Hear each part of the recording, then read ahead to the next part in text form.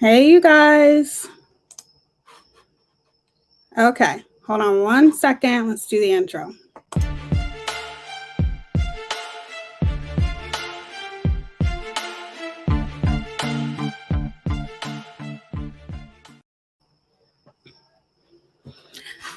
Hello, you guys.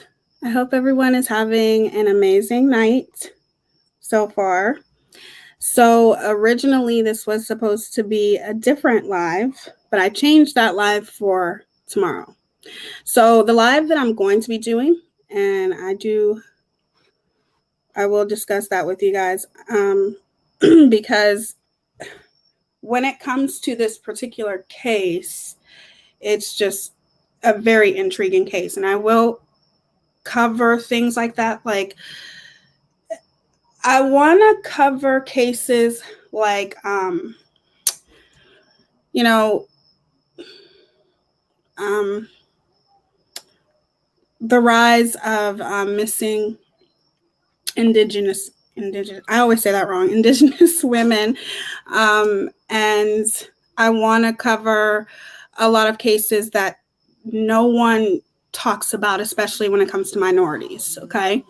So you guys are going to start seeing that a lot from this channel when it comes to things like that, like the rise of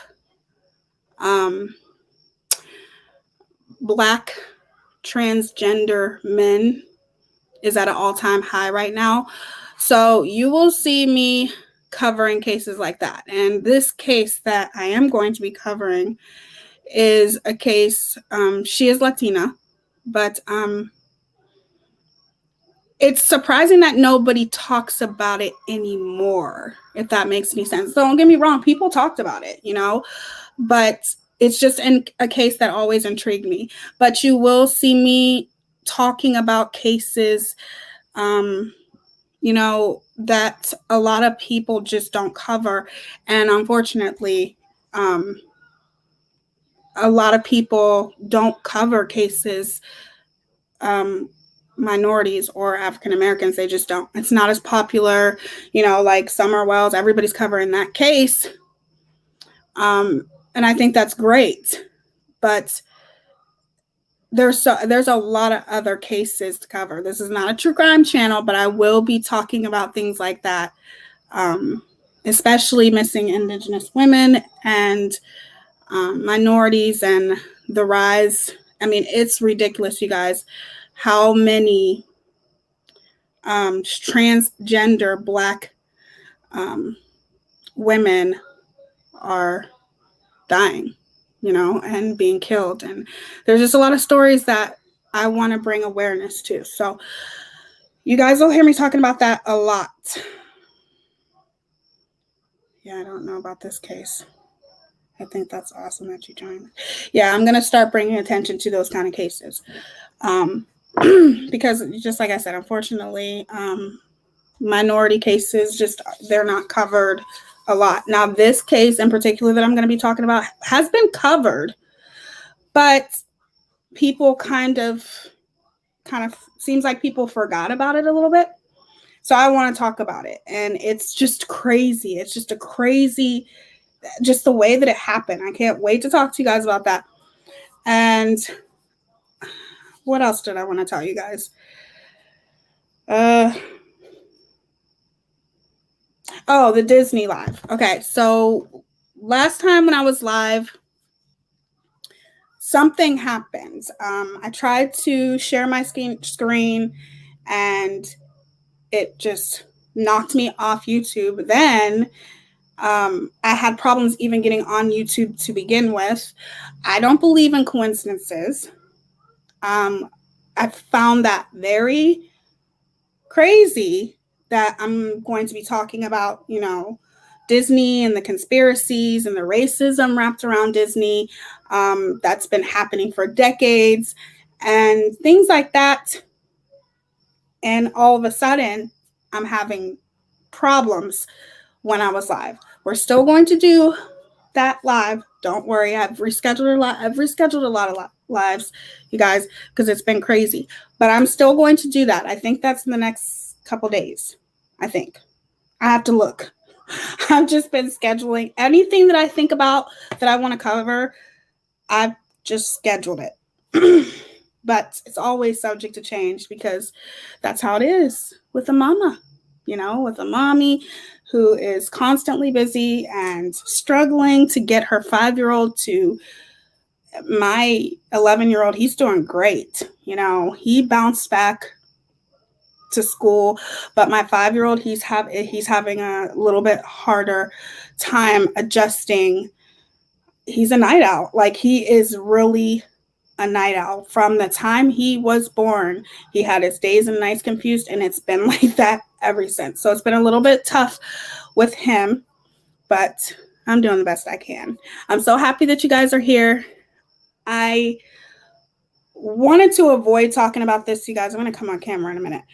I wanted to avoid talking about this because, I'm really getting tired of this bullshit. Okay, I really am.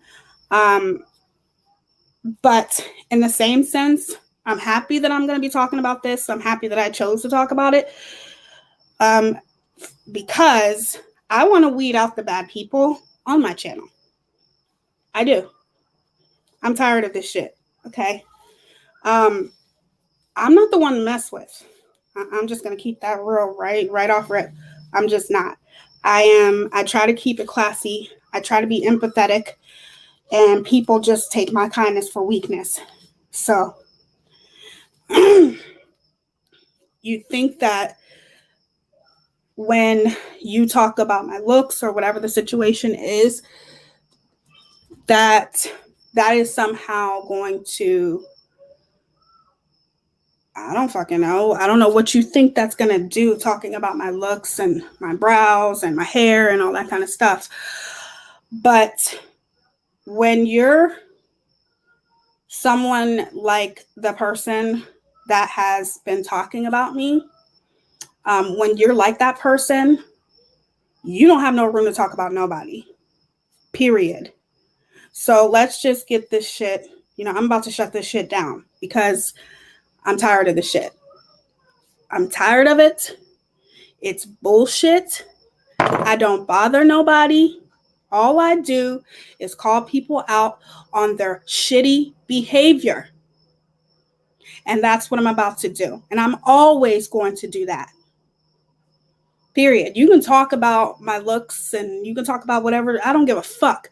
But you are crossing a line.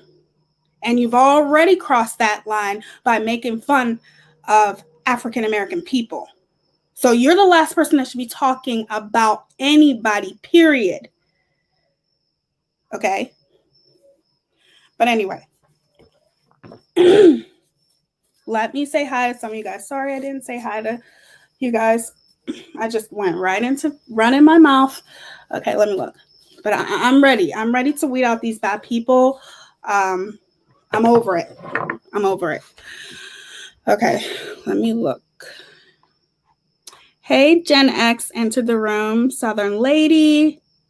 Boston, Melissa. How are you? Melissa Brown. Melissa Jade. And I think that's it. Menu Frog. Thank you guys all for being here. Okay. So if you didn't watch some of Truth Tellers live, I think she's live right now. She kind of went into what my problem is. And I mean, she kind of pointed out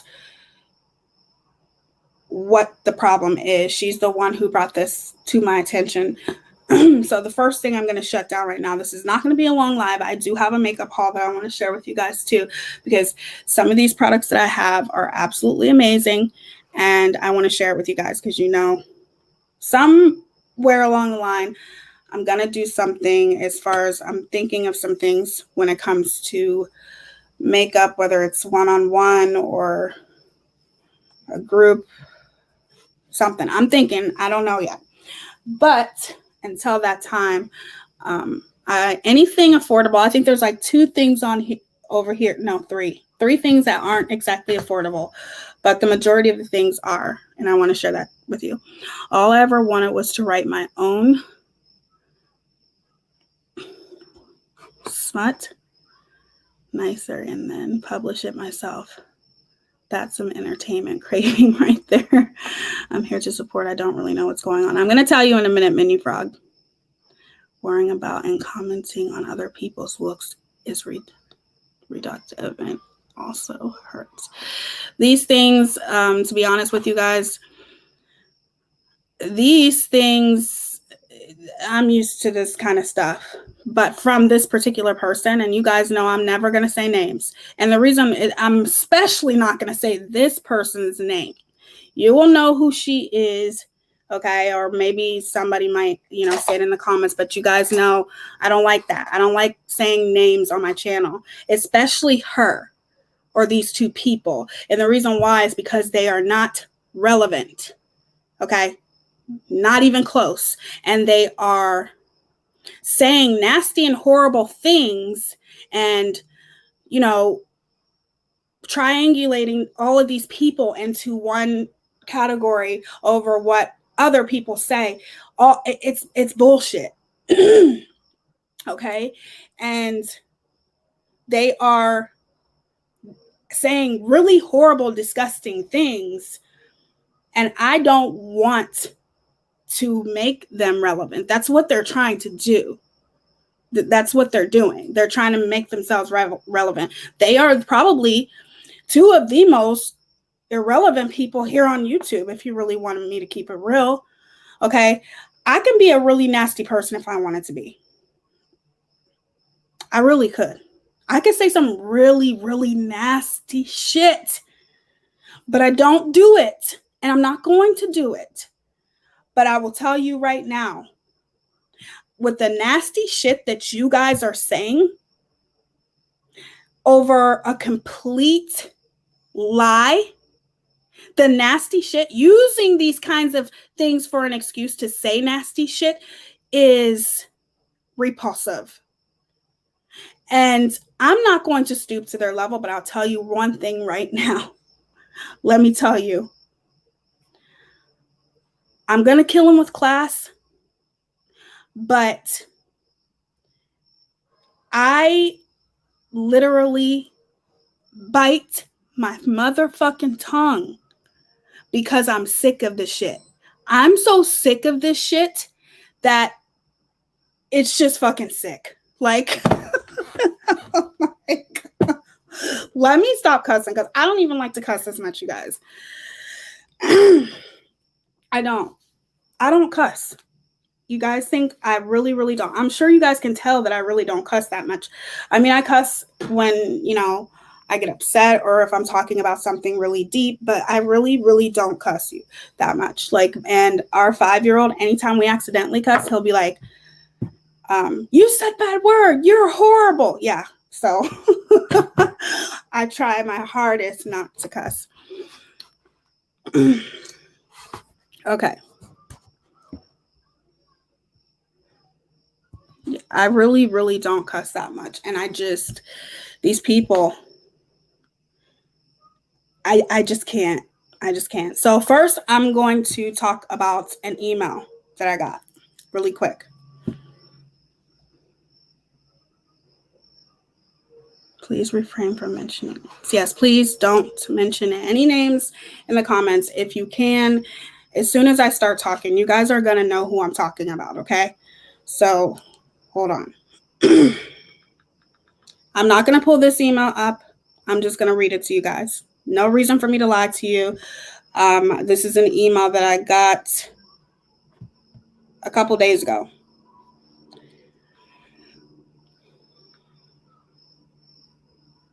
So you guys know that my email is on my channel, obviously. I do think that this person who emailed me is under a fictitious, what do you call it? Fictitious name. They don't even have enough guts to use their own name. But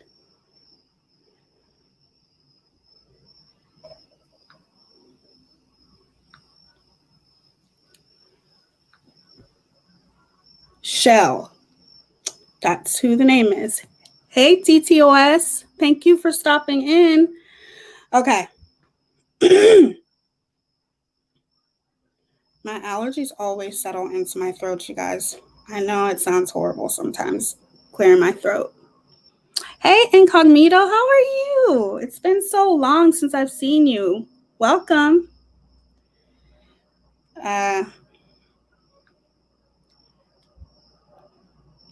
Okay. Okay, so this is the email that I got from Shell MC. I don't know who this person is. This person is obviously under, a fictitious name and whatnot. And thank you, Melissa. Okay. Welcome to being a bully. How dare you talk like you did about a stroke victim? She had nothing to do with this. May you never have a stroke issue. I used to love your channel, but after that, I knew you were no more than a bully. Have fun on your low-class channel. Here's my response. Hey, Tara. Here's my response. You can save your manipulation for someone who is dumb enough to fall for it, because I ain't the one. Never said anything bad about anyone who had a stroke, but nice try though. Girl, bye. Because you guys know that's what I use. People like to take my girl bye. I'm not saying I started it, but notice a lot of people have been starting to say that. Okay. So then she messaged me back and she said, yeah, you did on Truth Teller. It's screenshot. This too will come back to haunt you. I'm so scared. Let me tell you. So I messaged this person back and I said, prove it. Where's the screenshot? She said, I will. Okay. So I want to get something straight here, okay? My God. This is just so crazy. Okay. So on TT's panel, I remember this. This was a couple days ago, maybe a week ago. I can't remember exactly when it was. And right, Southern Lady. I can't remember exactly what day it was, but I remember TT, and TT is Truth Teller.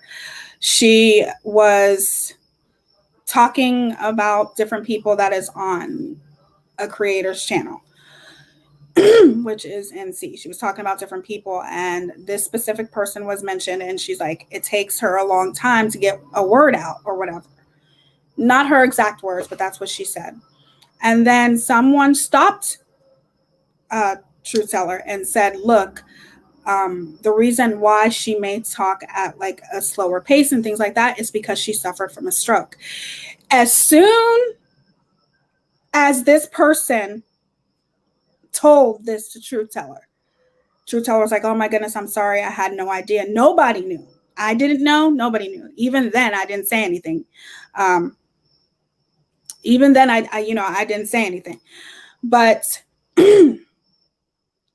then, obviously, Truth Teller apologized, and she said, I didn't know. And obviously, if anybody in the comment section had said anything, I'm sure they apologized and stood corrected as well. I didn't say anything either way. Okay? I didn't say anything. Melissa will be going live tomorrow to address this further. As far as her story, because she did say something, but in no way, shape, or form. And Melissa, I don't want to speak for you or anything like that, but in no way, shape, or form, all of a sudden, everybody's being accused of bullying a stroke victim. Okay. Just like this person just sent me an email saying, I hope you never suffer from a stroke. Well, first of all, I am at high risk of suffering from a stroke because my grandma had a stroke. She suffered a stroke. So there you go. Okay. Second of all, I would never, you guys know this. Okay. I would never talk about anybody. I would never talk about anybody in general, whether they talk slow or fast, but that's truth teller. She's different than me. She's a different person, and I'm my own person. But regardless, I would never speak ill or say horrible things or any kind of things towards anyone who suffered a stroke. Mind you, this needs to be clear. Nobody knew that this person had a stroke. Nobody knew.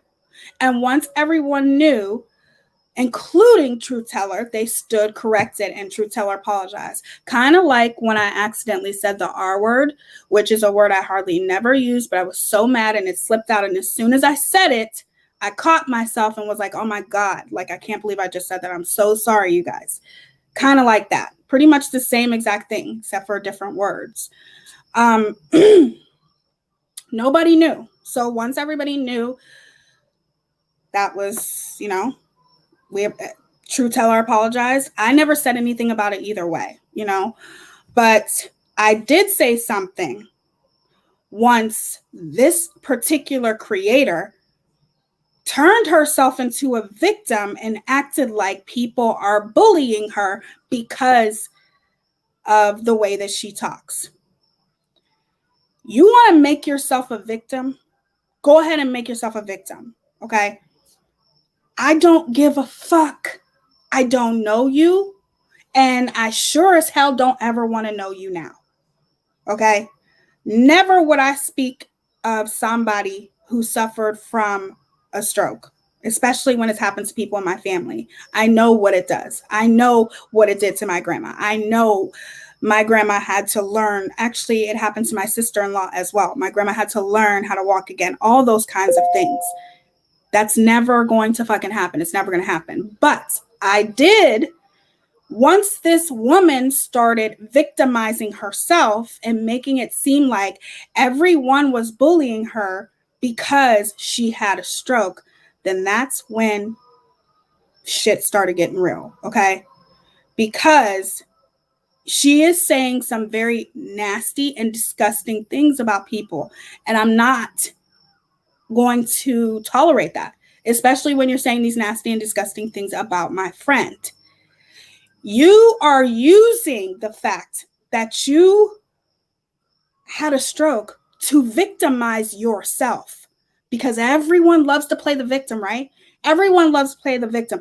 I don't know about you guys, but I don't want to be a motherfucking victim, okay? Yeah, being a victim may give you attention, sure, but it only gives you attention for a little bit. And then guess what? Everybody starts noticing that you are playing the victim. Nobody was making fun of you or bullying you in any way, shape, or form because of that. And the only thing that Melissa said was, Melissa suffers from migraines. I don't know the whole thing, but all Melissa said was it would be the same thing as them saying that she sits in dim lighting, because if she is in bright lights, like Melissa probably couldn't be around all of these bright lights that I'm around. It would probably give her a headache or affect her in some way because she has a medical issue. And they made fun of her for that. And all Melissa said was, that's the same thing as them saying that I sit in dim lighting. Well, I sit in dim lighting for medical reasons. In no way was she bashing this person. She was just saying she would never, ever speak badly about a person who has had a stroke, period. She wouldn't speak badly about anyone, but she didn't speak badly about that. But they've done it to her. So you took a situation and ran with it. Okay, you took a situation and ran with it and turned it into your damn content. Okay, that's what you're doing. I am not going to tolerate somebody accusing me of saying anything bad, because I know what I said. Okay, and the only thing that I've said is that you've said some disgusting things about Melissa. And she's still continuing to do it. And let me tell you something else. Being a stroke victim does not excuse you from being an asshole. Okay? The things that you have said is horrible. But like I will say, and I'm not going to elaborate on this too much, is wherever you've seen me bash a stroke victim, prove it. Otherwise, get a life. Get a life. Find something else better to do with your time than emailing somebody trying to emotionally manipulate them by saying, I'm going to label you as a bully. You can label me whatever the fuck you want to. I don't care. Your good evenings don't put food on my table. So you sending me this message and trying to make it as though I was bullying a stroke victim, no. And quit calling it bullying when you're calling somebody out on their shitty behavior. How long are you guys going to keep playing this card? It's getting fucking old. Just because somebody calls you out doesn't make them bullying you. Bullying is when you bash people for their looks, or you bash people about their hair, you bash people about the clothes they wear, you bash people about their looks, you bash people about their lifestyle, those, etc. Those kinds of things are bullying. But if you're calling somebody out and saying, you're saying some really disgusting things for no reason because nobody has ever made fun of the fact that you had a stroke. Once we found out, everyone stood corrected. And I didn't say anything to begin with. But I damn sure am going to defend a friend is the same as I would hope she would do it for me. I'm not playing with y'all, okay? I'm just not. I don't have time for it. I'm not saying your name because you're irrelevant. And I'm not going to, I just don't like it. And I know what you're doing. I know what you're doing. And that brings it back to this other creator who, in particular, we're talking about True Teller, I think BXB Boy, and myself, saying the girl that paints her eyebrows on with Sharpie and has a different color hair.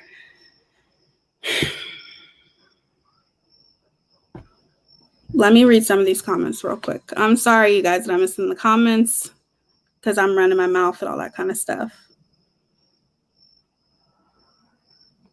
Who retracted and right, Southern Lady. The amount of gaslighting is just insane.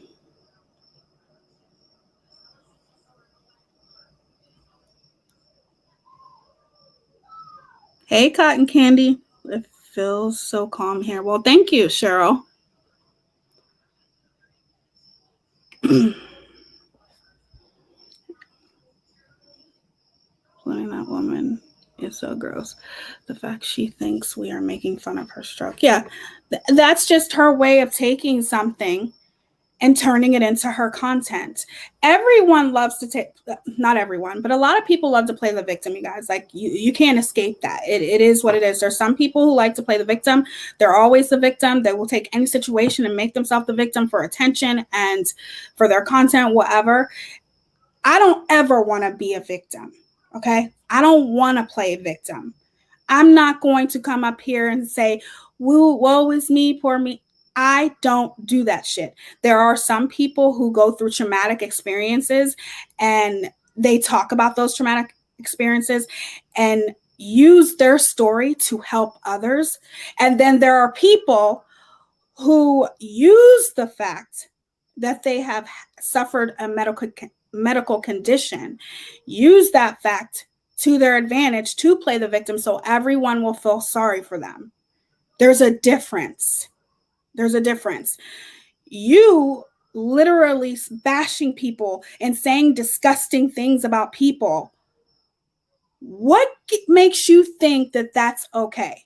How is that okay? You're mad because somebody was bullying, because you're trying to pretend, you're trying to make up the fact that people are bullying you because you had a stroke. But then in the same breath, you start talking horribly about another person that didn't even make fun of you, but you want to create it in your own head, that saying horrible, disgusting things. Just horrible. How is that okay? It's not okay. And it's never going to be okay. With all the disgusting and horrible things that you're saying. I'm a commentary channel. Melissa don't even do really that much drama on her channel. She addresses things when she needs to address them. And she's addressing this because that's how disgusting the shit was that this person was saying about her. Fucking disgusting. You're trying to get attention. We get it. But you can't get attention some other way. Like, I don't know, maybe talk about your experiences and, help educate people. Do something positive with it. Why the fuck would you get mad because you're saying people are bullying you because of your stroke, which nobody was? But even if that's the narrative that you're trying to paint, why not turn it into something positive? Why sit there and continue to spew hate? Now, let me tell you something. This other creator that's talking about how I paint my eyebrows on with Sharpies, once again, to this other creator, I'm running circles around you. Running fucking circles. Okay? All around you. I'm running circles. You will never, ever catch up to me. Period. And that's just the way it is. You want to keep it real. You want to talk about my brows. You want to talk about my hair, whatever. I don't care. Because at the end of the day, I'm still running circles around you. And guess what? You're a racist piece of shit. That's what you are. And that is exactly why I'm saying this to you. Because you want to go around talking about my brows and my hair and blah, blah, blah, blah, blah. The only thing that I can say about you is you're a racist. That can't be as bad as my brows or my hair. It just can't. She could be a support channel for others. It's probably therapeutic to speak and such. We all have that in our family, so it's very common. It would. That's how I look at it. Like, let's just say, I've been bullied, and I will continue to talk about my experience with being bullied because it was a horrible time for me. And I never knew. I talk with my hands a lot, you guys. Sorry. I never even knew that I was still so emotional about it until I started talking to you guys. But that's okay. If I could help just one person, I'm cool with that. That's why I do what I do. That's why I wanted my voice to be heard, because I have a story. I have many stories that could help people. I have words of encouragement, advice, and like I said, and how I always tell you, I want to use my platform for the greater good. I am obviously obsessed with makeup. I think makeup is, it makes you feel good about yourself. It gives you that opportunity to be creative, and it makes you feel beautiful, And if you don't like makeup and you don't want to wear makeup, that's fine too. That's your choice. But I'm very, very big on spreading awareness about things and using bad situations and trying to turn it into something positive. And I'm very, very passionate about uplifting women. Women are beautiful. We have it so hard. You know what I mean? And I'm sorry, some people may disagree, and that's okay. We can agree to disagree, but especially Black women. So this is what God put me here to do. And that's what I'm going to do. And you can go ahead and talk about me and talk about my brows. I don't care. I'm still running circles around you. And if you don't know what that means, look it up in the Urban Dictionary. Okay. I can't break it down to you. If you can sit there and all you can sit there and talk about is my brows and my hair, I must be doing something right.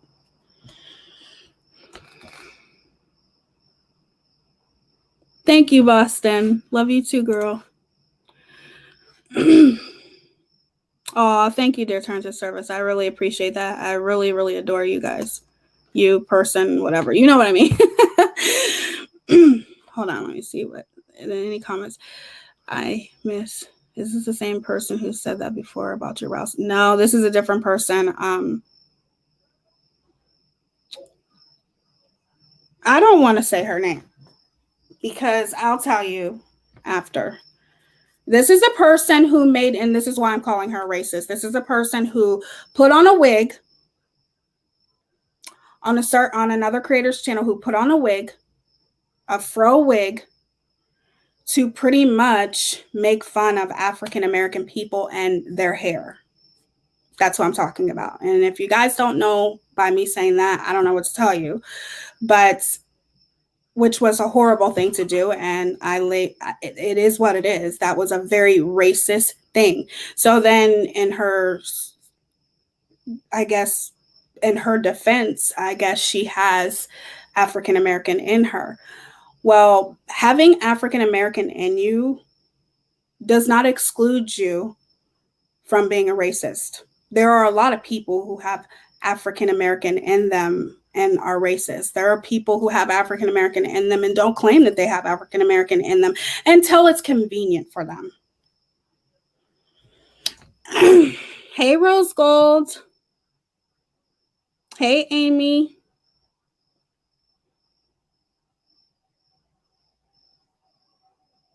Right. I agree, Mel. I 100% agree. That's why I'm not saying her name. This is what they want, you guys. Okay. This is why they keep calling out all these creators, because they want these, we all know how it goes.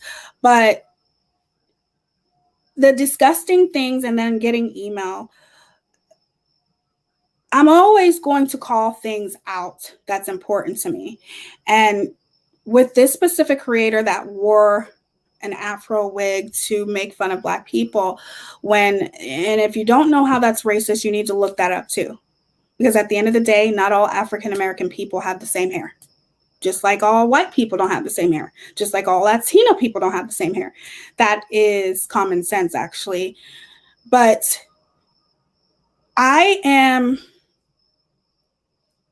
when a person's going to sit there and talk about my looks that has done something as racist as that, I'm going to call them out. And for a person who could use something that happened to her and turn it into something positive and uplift other people, but yet you're sitting here bashing people and talking about their sexual life and saying horrible, disgusting things, that's not okay. That's just not okay. And that's why I say when it's ridiculous to a point where you're saying these things about Melissa, and I would address this shit too if those kind of nasty things were being said about me. Just because you had a stroke, I'm sorry. That's horrible. My heart and prayers go out to you. Even though you have said bad things about one of my dearest friends, my heart and prayers go out to you. Thank God you're still here. Thank God you're still talking, walking, everything. God bless you. But at the same sense, that doesn't excuse you from being a nasty, vile, disgusting human being. I can't have no respect for somebody that says those kinds of things. That's just horrible. And for what? Your excuse is that Melissa was saying something bad about you when she never did. Where's the proof? Show the proof. Show the proof that I bullied that person. I think I said her name. Shit. Whatever. Show the proof that I bullied that person. You can't. I'll wait for it. Go ahead, like I told her. Prove it. Prove it. Because I want to see the proof that I bullied somebody who had a stroke. Because I would never, ever do that. Never. Too many people that have been close to me that has happened to you. That happened to them. I would never do something like that. But you want to try to use that against me. You're only doing that to try to manipulate me, to make it seem like I'm just this horrible person that is associated with Truth Teller, and she's this horrible person and she's a bully. Listen, I disagree. And if any way, shape, or form I felt that TT was a horrible person, trust and believe I would not have anything to do with her.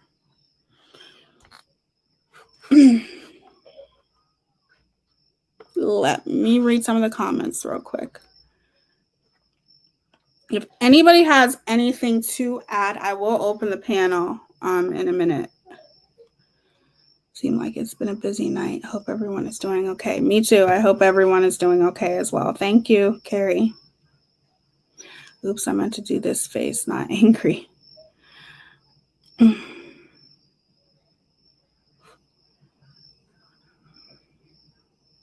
Yes, everybody be sure to go subscribe to DTOS.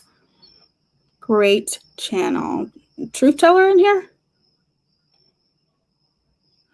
You, Tia, and Melissa are beautiful inside and out. I will say this over and over. They don't hold a candle to. Oh, thank you so much, True Crime Analyst. I appreciate that. I didn't see TT in here. Sorry if I missed you, TT. Yeah, they're all lies. I'm just getting sick of this. I'm getting sick of it. And then you want to email me with your little manipulation, like you're just this horrible bully. That's funny. You know, I wish that I could just say it all.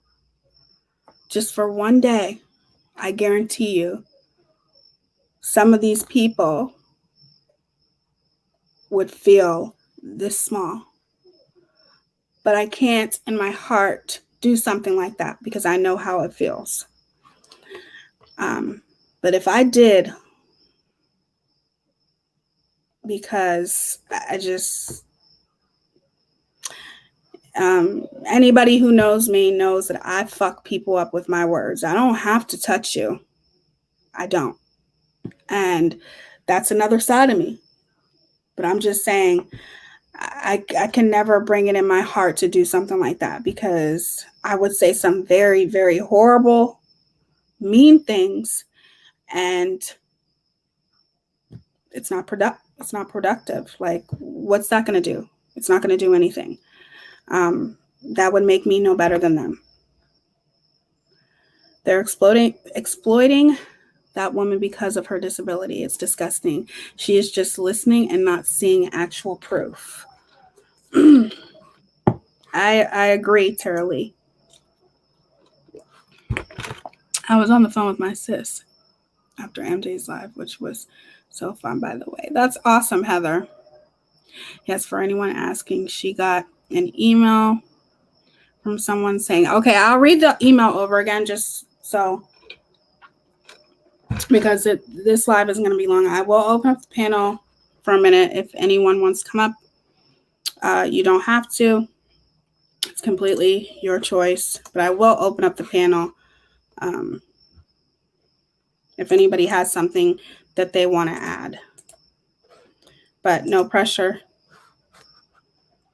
Okay, I'm going to read the email over again, you guys, because I know there's some people that are just getting in here.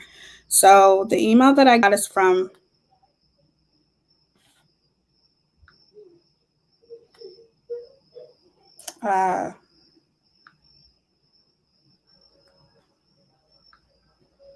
Shell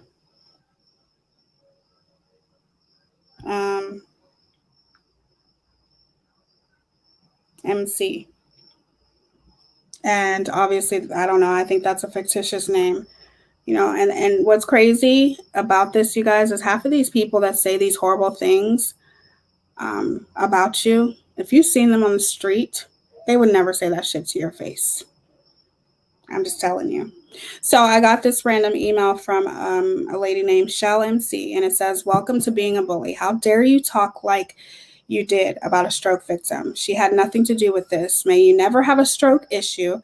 I used to love your channel. After that, I knew you were no more than a bully. Have fun on your low-class channel. My response was, you can save your manipulation for someone who is dumb enough to fall for it, because I ain't the one. Never said anything bad about anyone who had a stroke, but nice try though. Girl, bye. And then she messaged me back. She said, yeah, you did on Truth Teller. It's screenshot. This is her words. It's screenshot. This too will come back to haunt you. I told her, prove it. She said, will do. I'm waiting. I want the proof. Now, people do make fake screenshots. Some people are pathetic, and I could see that person being very pathetic and doing something like that. But I will tell you right now, it's not going to work. I want to see the proof where I would ever say anything badly about a stroke victim, because that will never happen. Too many people that have been close to me have had a stroke. My sister-in-law, literally, she had to retrain, and she was a nurse. What's crazy is she was a nurse. She has, one of my brothers here has 5 kids. So she worked really hard, and she took care of her kids, and she loved her job, and she just forgot to take care of herself. They say that doctors and nurses are like the worst patients, but and she ended up having a stroke. And she was very young too. She was only in like her, I'm pretty sure, late 40s, maybe 50s. Well, not late 40s. I would say mid 50s. And she had to learn how to do a lot of things over again. My grandma had a stroke. I would never talk anything bad about someone who had a stroke. But what I will say is, if I see somebody with bad behavior, I don't care what you've been through. Just like anything that I have been through, that doesn't excuse me to talk badly about someone else. So that's just like if I was to sit here and make fun of mommy ramblings because, she's still grieving her son. Everyone grieves differently. Let me tell you, I lost everything when I lost my mother. I didn't even know how to live without my mother. So I know I couldn't imagine, being in her position. But that's just like me making fun of her because of how she grieves, and then sitting there making fun of her and bashing her and saying horrible things about her and using the excuse, well, my mother passed too. My mother passed too. Like, you don't do things like that. Do you think that just because you had a stroke, that means that you can just talk to people any kind of way and they are supposed to just sit there and take it because you had a stroke? That's not how this works. If you are doing something bad and saying horrible, nasty, disgusting things about somebody, that's not going to. Do you think that's okay? And people are supposed to shut up? So the only thing that I've said is just drop it. Quit talking about it. Okay? Nobody is bullying you because you had a stroke. That's not true. And then horrible, disgusting. She's been saying nasty things about Melissa for weeks, or maybe a week, maybe longer. I don't know. But all I said was enough is enough. How long are you going to keep, talking about this when the proof is right there? We all heard Truth Teller apologize and say, I'm sorry, I did not know that. So why do you keep dragging it on? And then somebody makes an innocent comment and says, they made fun of me for sitting in dim light. And all of a sudden, you're attacking her and saying horrible things about her sex life, which is private and none of nobody's business. It's just nasty. If you guys hear this stuff, which I'm sure Melissa, when she talks about it tomorrow, you'll just horrible things. That doesn't make it okay. So people are supposed to be like, oh, you're free to say what you want because you had a stroke. That's not how it works. Don't say shitty and horrible things, and people won't say anything about you. It's really that simple. Hey, Steph, how are you, sweetie?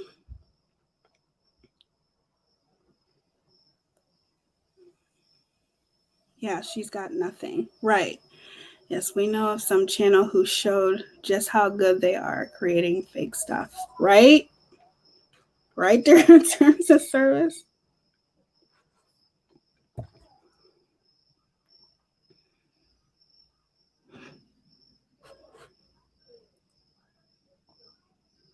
I can't stand manipulation. How hard is it to be genuine?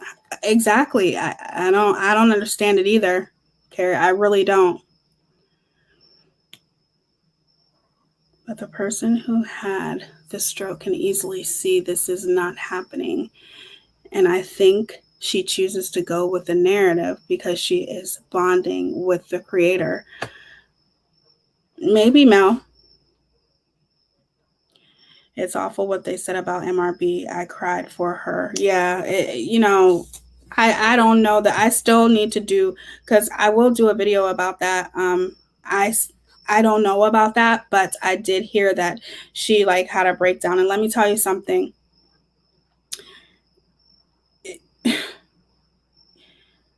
People need to be a little bit more understanding when it comes to grief, because everyone handles grief differently. And let me tell you, I can't tell you how many people put me down because of the way I grieved my mother.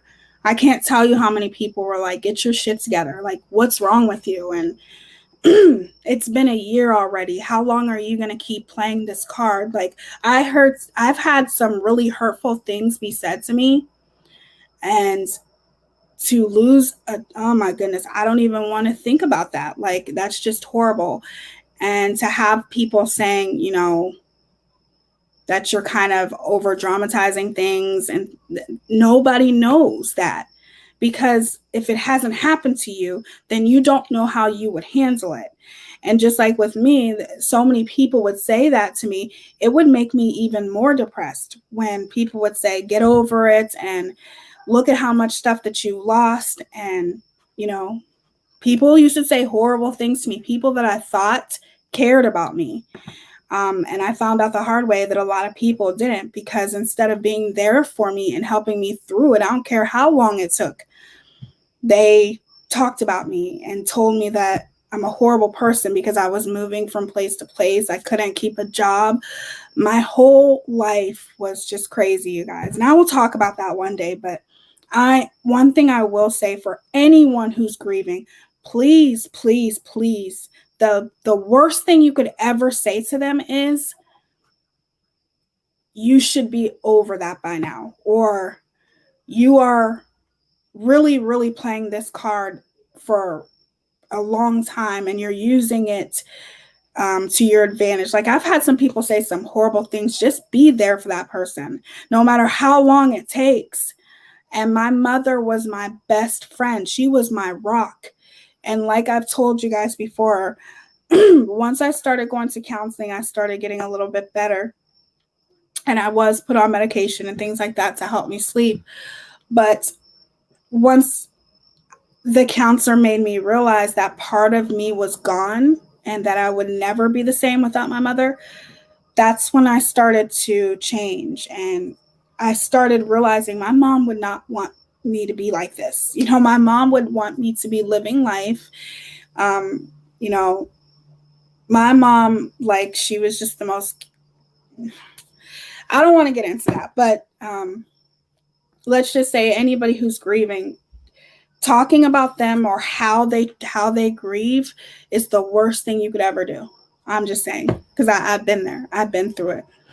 And I've lost so many people that I thought were friends or who cared about me, even family members that talked about me like a dog because of the way I handled losing my mom. And the way I still handle it, it's still a struggle for me every single day. It never ends, you guys.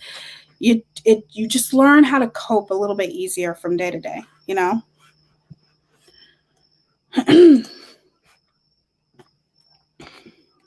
Hold on, I want to read this comment. Menu Frog, I get that. What makes it worse is other creators who enable and encourage this to continue. I agree. DTOS, which I usually do with you. Oh, I miss you too, Steph. I definitely will be Eventually, I'll be going live a little bit earlier. I try to. Melissa is more early. Melissa is a night owl, but she's more earlier than me. Truth Teller's usually a little bit more earlier than me. But I'm going to try to start going live earlier because I know I go live late, but I can't help it. I'm a night owl. Things don't get popping until the night for me. What they have said about Melissa is downright evil. I agree. True crime analyst, you are 100% right. Why the fuck can't they leave MJ alone?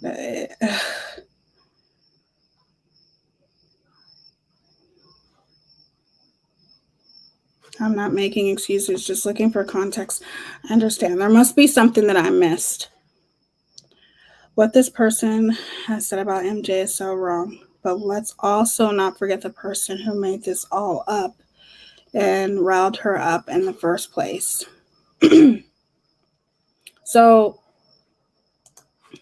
I, to be honest, haven't been watching. So is that creator kind of amping this other creator up to make it seem like, oh, they're making fun of you because you had a stroke, and kind of making the situation, just adding more fuel to the fire? Because obviously having, a stroke is something that, I pray I never have to go through, or any of you have to go through. But I couldn't imagine, obviously, how sensitive she is to that subject. But to sit there and turn it into victimizing yourself and making it seem like so many people are making fun of you because of your stroke, that is an evil, despicable thing to do. That's evil. That is so evil, to take that situation and use it almost to spew hate, using the fact that you suffered something very serious and to spew hate. Because clearly, if you go back and listen to the live, Truth Telling apologized. She clearly apologized. So how does it go from her making a statement and then standing corrected and saying, I'm sorry, I did not know that she had a stroke, I stand corrected? How does it go from that to everyone's in the comments are bullying me because I had a stroke, blah, blah, blah, blah. So basically, are you saying DTOS, or somebody was saying, are you saying that she's being manipulated to think these things? I'm not sure. I've dealt with similar things after my dad died.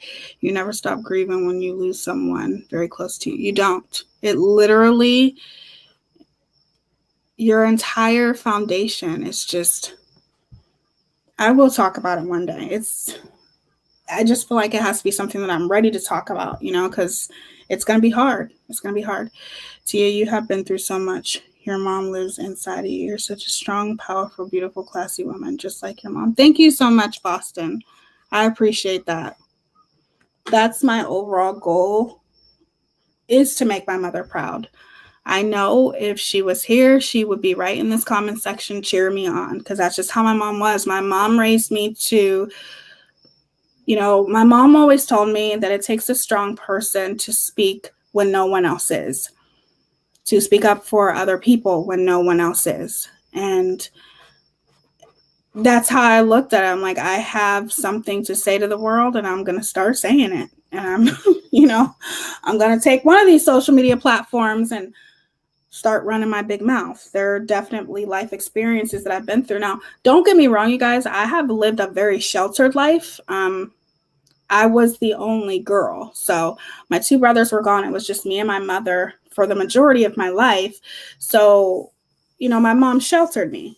But in that same sense, once my mother passed, it's like, I feel like oh my goodness, when you hit rock bottom, you seriously feel like you can handle anything. When you hit that place where you feel like there's nowhere to go but up, it really changes you. The things that I've been through after losing my mom changed me. I like to look at it like it changed me in a lot of good ways because it made me stronger. It made me more independent. But in that same sense, I would give up everything if it would bring my mom back. So, but I've always lived a very sheltered life. But once I lost my mom, there's just so many things that I've seen, so many things that happened, and I dealt with a lot. It took me a long ass time to get over the loss of my first daughter. Oh my goodness, I didn't know you lost your first daughter, Heather. I'm so sorry. I didn't know that. Trixie Star says, in my opinion, she took it as an opportunity to gain sympathy and discredit you, twisting it like you did make fun when you didn't. More sad fishing, respectfully. Right, Trixie. Looking back, it's hard to believe you made it through the toughest time, speaking for myself. Right, their terms of service. You guys are so amazing in chat, and I just think you guys always make my day. Hey, Nicole Morgan. How are you, sweetie? She did apologize almost immediately, but heaven forbid they mentioned that over there. Yeah, it's and you guys, I know that these kinds of things are hard to watch. It's really, really starting. Like, it's just so toxic. Like, it just seems like it's always something. It's one thing after another. And is there ever going to be any peace? I don't know. I think the only way there's going to be peace is when people stop acknowledging and paying attention to them. That's the only way this is going to stop, you guys. And I know it's hard. It's easier said than done, to stop watching somebody. And I get it. I get it 100%. Disabled people are vulnerable to being manipulated because they are lonely or experiencing difficulties. I agree with that, Menu Frog. 100%.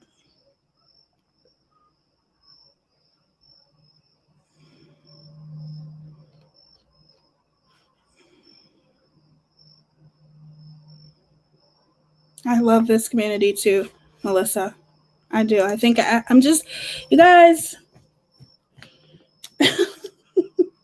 I feel really blessed, like I've just met some amazing people, and I wouldn't trade it in for anything. God puts us through trials and tribulations for a reason, or whatever it is, that you believe in. I want to show you guys something really quick too. So hold on.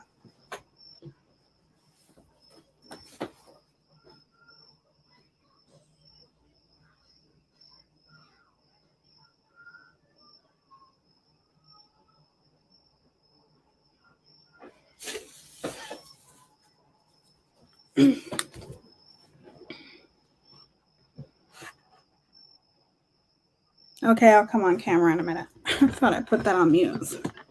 Best community around. I agree. Like, I've just met some really amazing people. I feel so blessed. But I'm so sad too. Does that make any sense? Yeah, I'm packing my cigarettes. Hold on, you guys.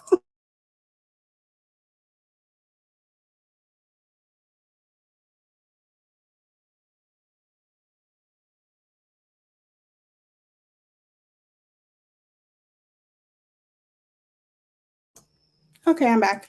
I'm so sad because I just wish that it didn't have to be like this. And I know not everybody's always going to get along. I get that. I get it. But in the same sense, do we have to be so vile and disgusting towards one another? Like, it's crazy to me. But I don't want this to start getting ugly. I don't. I will never be that person that would stoop to anybody's level, but please don't push me. Don't push me. Because you guys, the people, those two creators who are saying these nasty, disgusting things, who are 100% completely irrelevant, type in their name. It won't even fucking come up. Okay?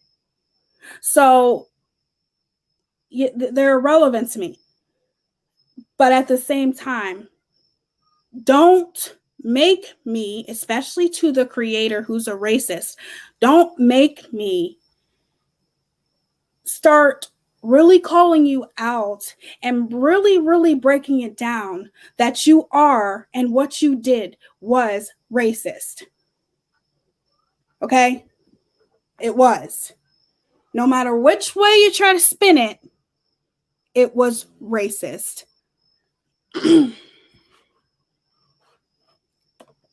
Wearing a damn wig, making these racial microaggressive comments like all black people. No. It was disgusting and it was racist. So you are the last person that should be talking about somebody's eyebrows. You are the last person that should be talking about somebody's hair. Period. And yep, my hair is different colors every fucking week. And I don't care. I'm a Gemini. I don't like to look the same every day or every week.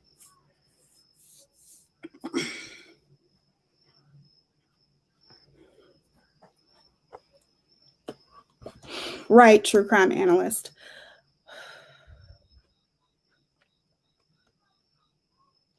Tia, you are a calm pool of water who reflects truth and light. Don't let them muddy your water, girl. Thank you so much, Menu Frog. I appreciate that. And I never would. I'll never stoop that low to be commenting and saying just these disgusting, horrible things like this person should have wiped their hands after being with just horrible, just ew. It makes me so mad.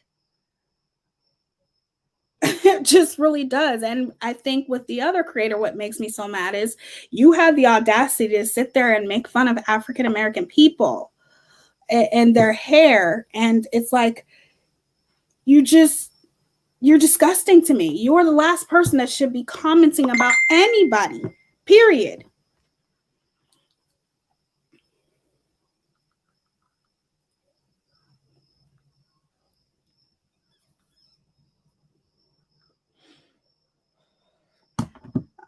Yeah. I thought I pinned the link. I didn't pin it. Okay, I'll drop it again. I'll pin it this time.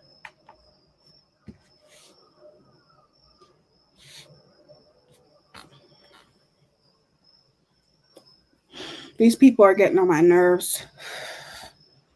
I'm just getting sick of it already. These people when's it gonna stop? I'm just mumbling to myself, you guys. Oh, I crack myself up. All right.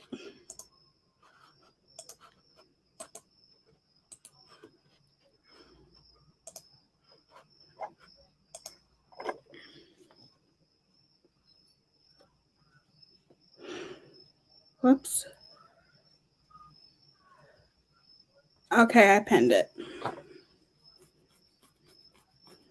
So I think someone like Foz or DTOS should go show receipts that Tia didn't say anything. Foz's last video was fire. Oh yeah, I always love, these videos. Like, you guys just spit straight facts.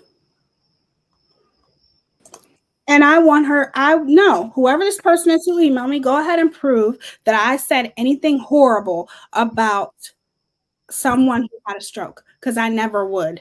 That's disgusting. I would never say something like that. But go ahead and do what you got to do. Boo. Hey. Hey. Austin, how are you? Good. How are you? I'm good. Besides everything. I'm good no matter what. You know that. Well, I'm glad that you waited because I was very heated. So I've calmed down a little bit before coming up on panel. Because there's some new because things. when you're heated, you say things, you know. Yeah.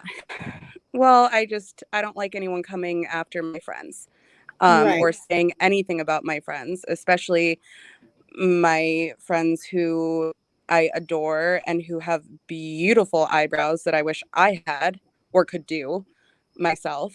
So, you know, going after your Yeah. looks to me is just, honestly, it's laughable because you're one of the most beautiful people in my life, I think, honestly. Like, I think that you're gorgeous. Oh, thank Um, you. And so are so you. for me, it's laughable, but it's still like, really, like, it's just such a low blow, like, to not a low blow, a childish blow to come after Yeah. somebody's looks like that. um and I know you don't want to make this too long and you got to do your makeup haul, so I won't stay up here long, but yeah, I just wanted to, because you sounded like you weren't too sure where this all kind of like originated from. And as far as I could be wrong, but as far Mhm. as I know, the whole where mocking, well, at that point it was Truth Teller and Melissa were Mhm. quote unquote mocking a stroke victim. That all started by one person and told their whole audience about it and showed the screenshot someone had taken of what Melissa had said, which was not mocking anybody at Right. all. Mhm. That all started with this one person. So Yes. There's right, so this here. I'm gonna add her. Go so ahead. I just, Hi. hey, yeah. Oh So my anyways, God, that's Tia, wait. Can you do the adjusting thing? Like click the option to the right so it's not a zoomed up photo of my tits? Oh, for goodness sake. Thank you. Well, hey, yeah, Thank you love. don't have to do that. You could do the option. Yeah, thank you. Okay. Much better. Girl, Come on, that's the last don't thing I be need right silly. now. Don't even be silly. I would rule the world with your tits. I was gonna say you got to show those babies off, man. I'm just saying I would rule the world. Well, Stop.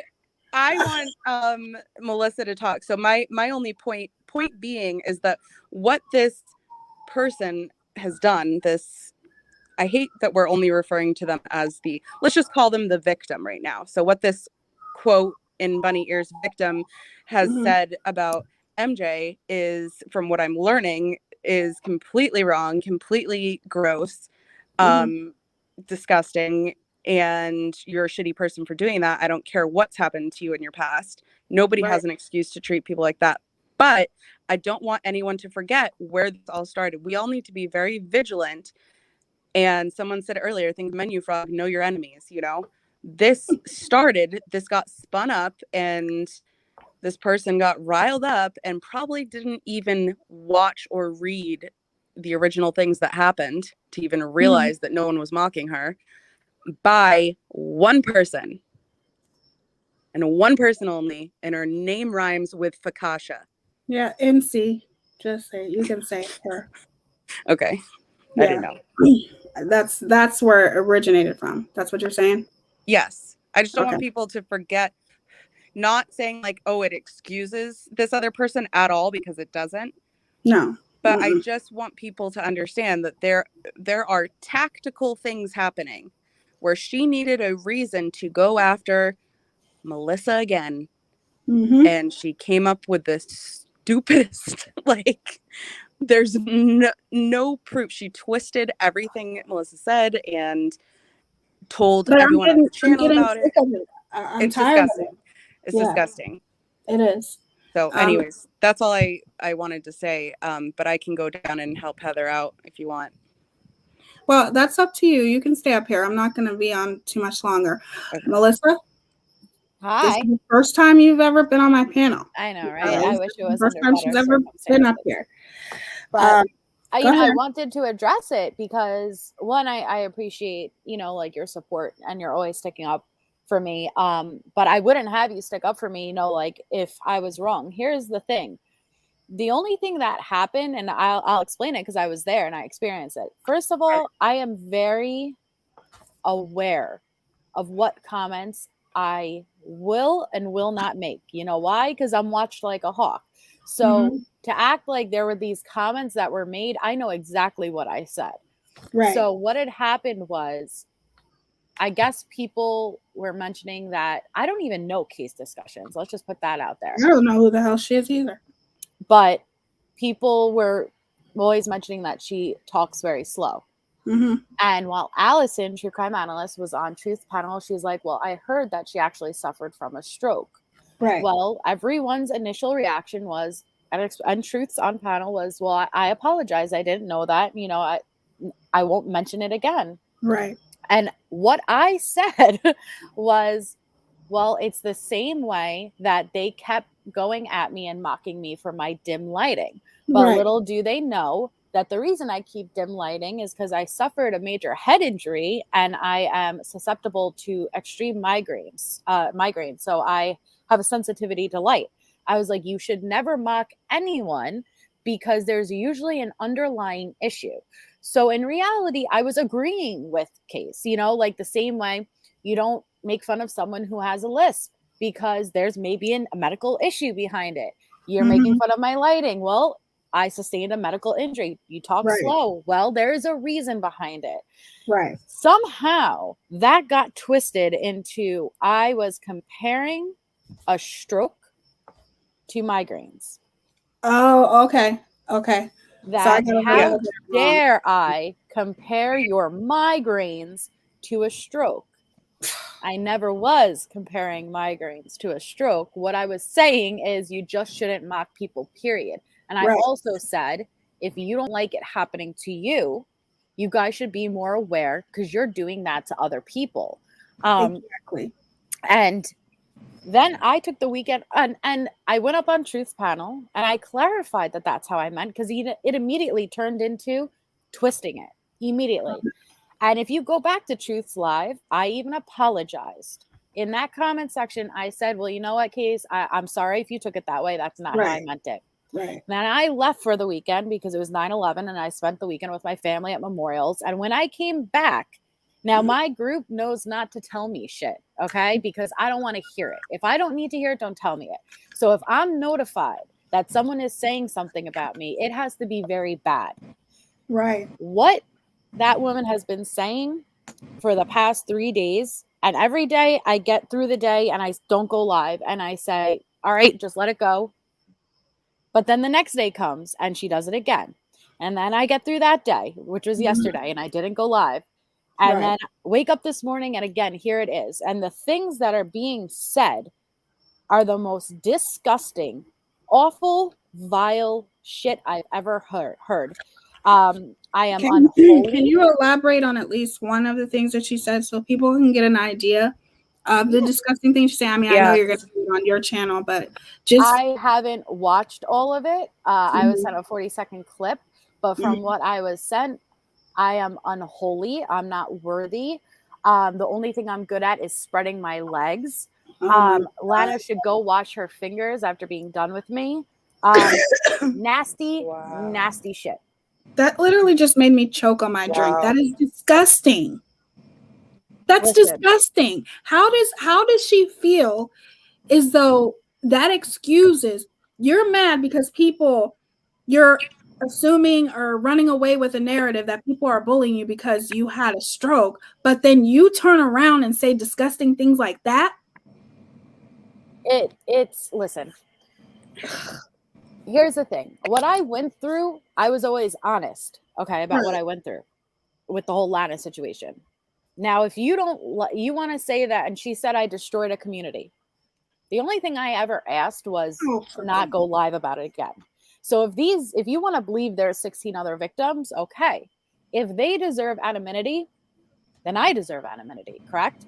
All I ever asked was, can you not go live about it again? This is my personal business.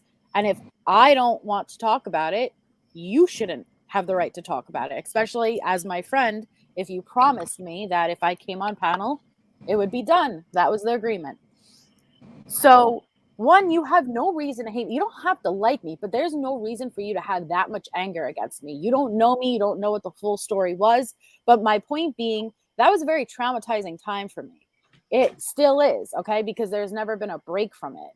To have all of your sexual shit put out there, played, your sexual audio messages played, I'm known as tripod, gaping hole, this, that, it's humiliating. So to have someone say that shit about me, how are you supposed to just bite your tongue?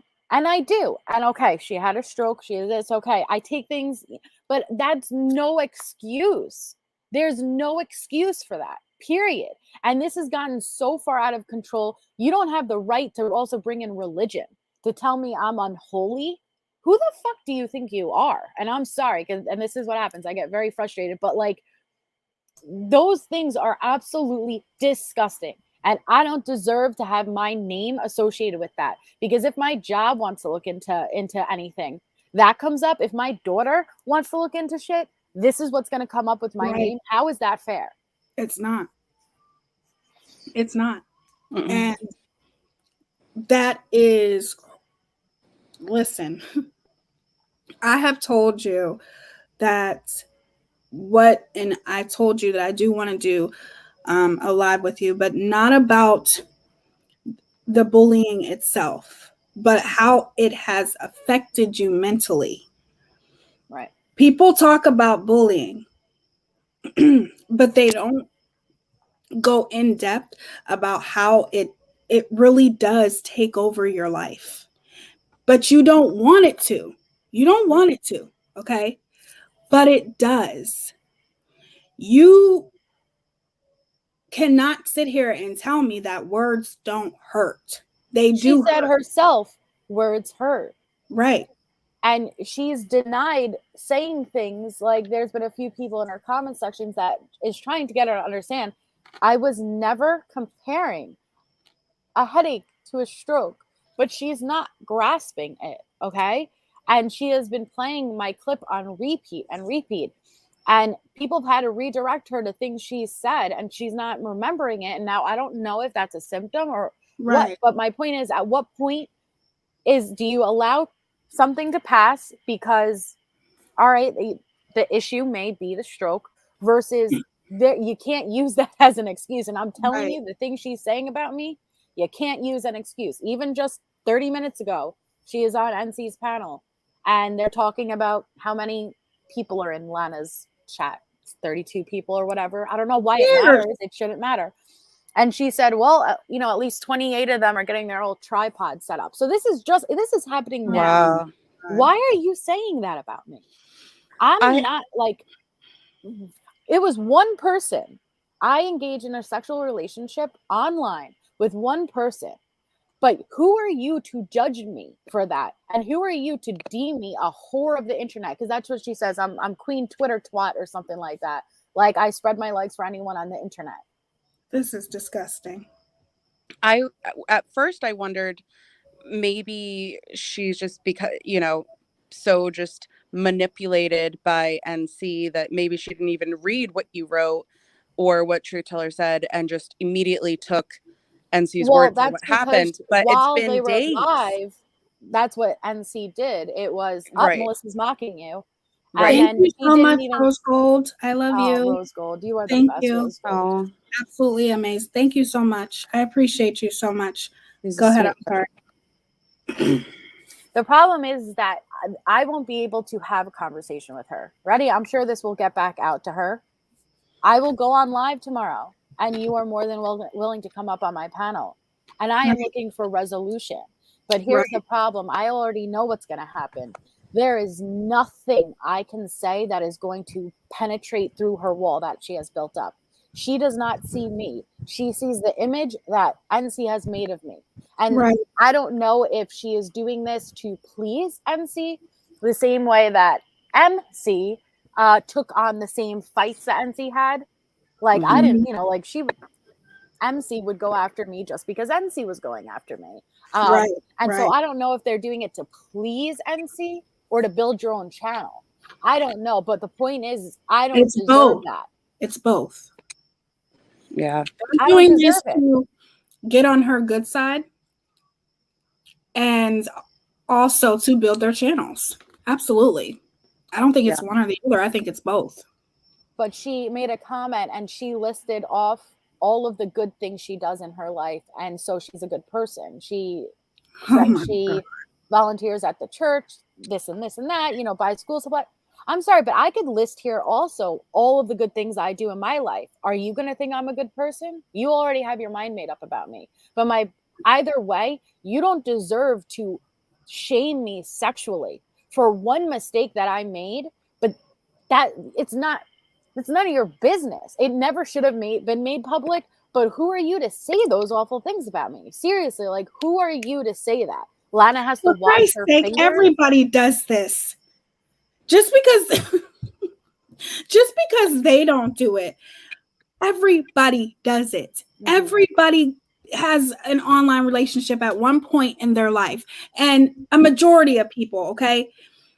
You don't judge somebody for that. And you're calling yourself, first of all, you've never even met Lana in person. Nope. It was 3 weeks. Fine. For one, 3-week thing. Two, you go to church, you help at church. How is that a good person to sit there and call somebody unholy? Who are you to say anybody's unholy? You're not supposed to do that. Not if you're a church God-fearing woman. And in retaliation to something that didn't even happen in the first place. Right. That's what's just boggling my mind, is if those kind of vile words, first of all, they would never come out of my mouth. But if I was ever going to get to that point where I was just going to spew word vomit and just hateful, disgusting things about someone, I don't think it would happen because I don't do that with people. But if I ever got to that point, you would have had to do something really horrible to me, like really bad.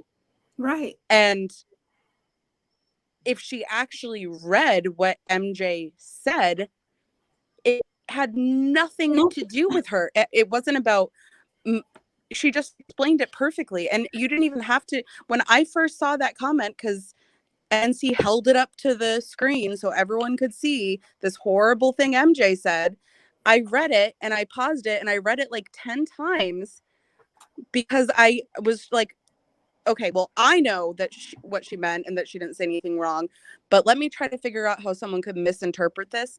I couldn't even figure out how anyone could possibly misinterpret that. But I even got up on the panel and clarified, and then I apologized. Right. So why did I go away for the weekend? Deal with real life shit. I'm sorry, real life shit. And if anybody realized NC made a joke the next day after 9/11, that one of the trolls should go crash and burn in a plane, which I took serious offense to. What? Because I spent the entire weekend, I have the clip of it. I spent the entire weekend with my family who lost a loved one in 9/11, all of the victims' family. And to be so disrespectful to make a comment like that on the weekend of 9/11, shame on you, first of all. But these things don't even penetrate through their mind. They don't care. Nobody cares, right? They don't care. But to me, that was fucking awful. And that's not just because I have an issue with you. That's just disrespectful, period. But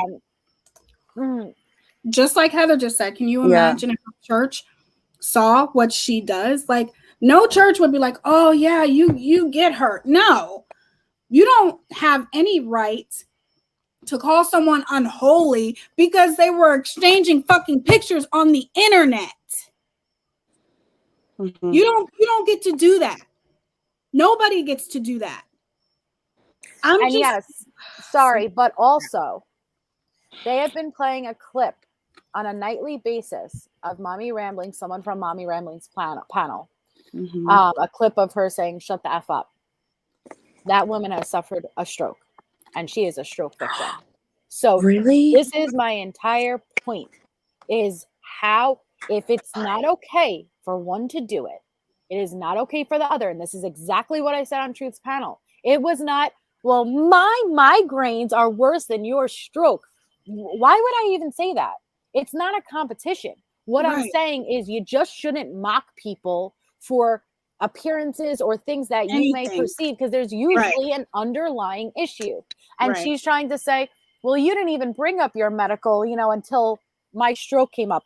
Bullshit. My entire lawsuit was plastered on a live NC tried Yep. to claim the entire sex scandal panel happened because of my lawsuit. Right. And you guys tried to guess what my injury was. Do you guys forget that? You guys tried to go back in previous lives and try to guess what Melissa's life-altering injury is. And she tried to But say that lawsuit is the reason why you acted yes, the way that you acted. they said that I was being monitored, that I could not handle having that panel on my own channel, and so I had to do it on her panel. That was the big blow up news. What? And I was also supposed to have this big court case last month. First of all, there's standard protocol with every lawsuit, meaning the same way when you sign HIPAA documents, it's going to be the same documents for everyone. They're just going to replace your personal information. The right to go through someone's electronics is something that is standard in every lawsuit, meaning if I am suing and I'm saying I can't work because my back is injured to the point where I can't get up and move, and then on my Facebook I have photos of me skiing, they could use those photos because that goes in. So that's all that meant. But they tried to say I was so scared of my what did I do wrong? Am I not allowed to engage in a sexual relationship? Am I at wrong because someone shared my nudes? How did that come into intertwined with my lawsuit whatsoever? It didn't, but this is the shit that they use. It's all deflection.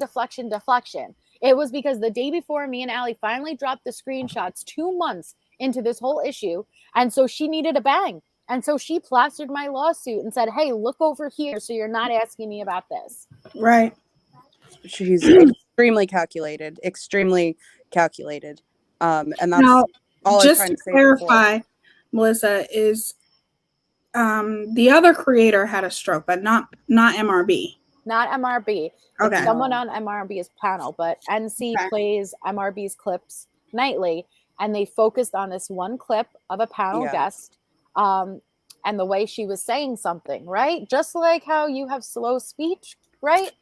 Just the same way that she says something in a really funny way, but she says it that way because she suffered a stroke. And despite being told that multiple times, you guys keep playing it and keep laughing your ass off. So yes, Jeanette is her name. So my entire point of what I was saying, it wasn't comparing what injury is worse. It's saying nobody should do it, period. Period. Right. And that's what I was saying to you guys in the beginning. I'm not going to talk about anybody having a stroke because in no way would I ever talk about somebody who talks slow. But that's just me. Truth teller is who she is. I'm who I am. Melissa is who she is. Stop Boston lumping is us who all she in one is. category. We are all They. our own individuals. You keep saying they. Just because one person does something, make it make sense. How does that mean everyone does it? Now, once Truth Teller knew that this woman had a stroke, she apologized. That's the good thing. But she's still her own individual. And so am I, and so is everybody else. Now, there are some people who are followers. That's on them. But the point is, you cannot triangulate and make everyone responsible for what one person does. Make it make sense, you guys, because it doesn't make sense. Mm-hmm. I am tired, and I don't understand. I don't know what it is about MRB and NC. I don't know. All I know is from what I've seen, that NC just doesn't stop talking about her. That's all I've seen. I don't know the beginning of the story, the middle, and it doesn't matter. It doesn't matter. Yeah. And they did the same thing to my mod. My mod lost her eye in a horrific car accident. Okay. Wow. And they mocked her and made fun of her for that. Now, that's okay? Is that okay?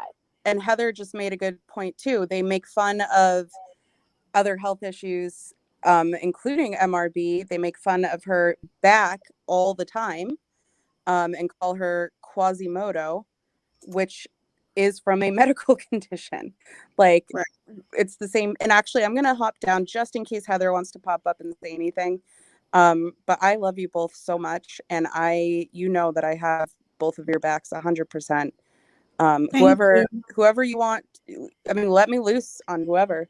I'll go at it because I'm fucking sick of this shit.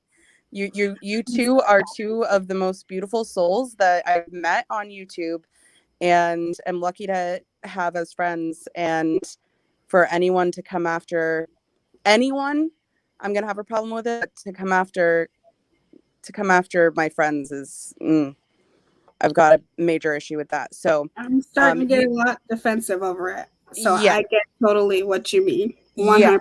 Yeah, my chain's starting to break a little bit, but I'm going to hop down in case Heather wants to pop up and say anything, but I love you both. Love you too. Thank you, Boston, for coming up.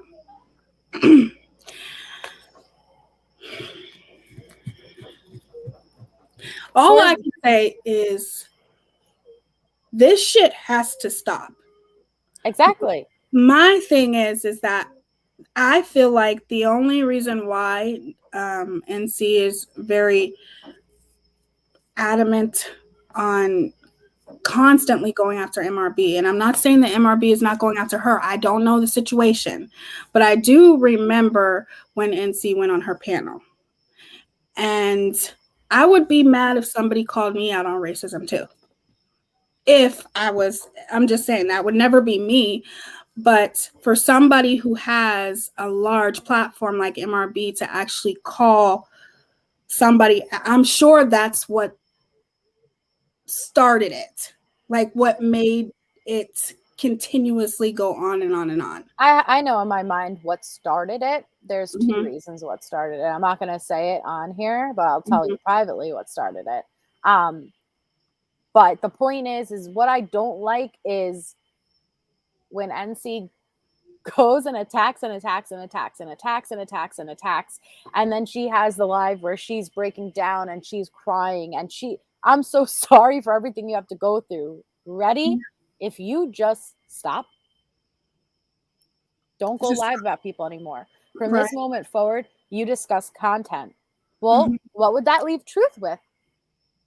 Nothing to go live with you about, right? Dear Terms of Service has stated multiple times, they're not looking to run you off the internet. If you stopped bullying and harassing people, we would stop. But as long as you continue to do this, we're going to continue to call it out.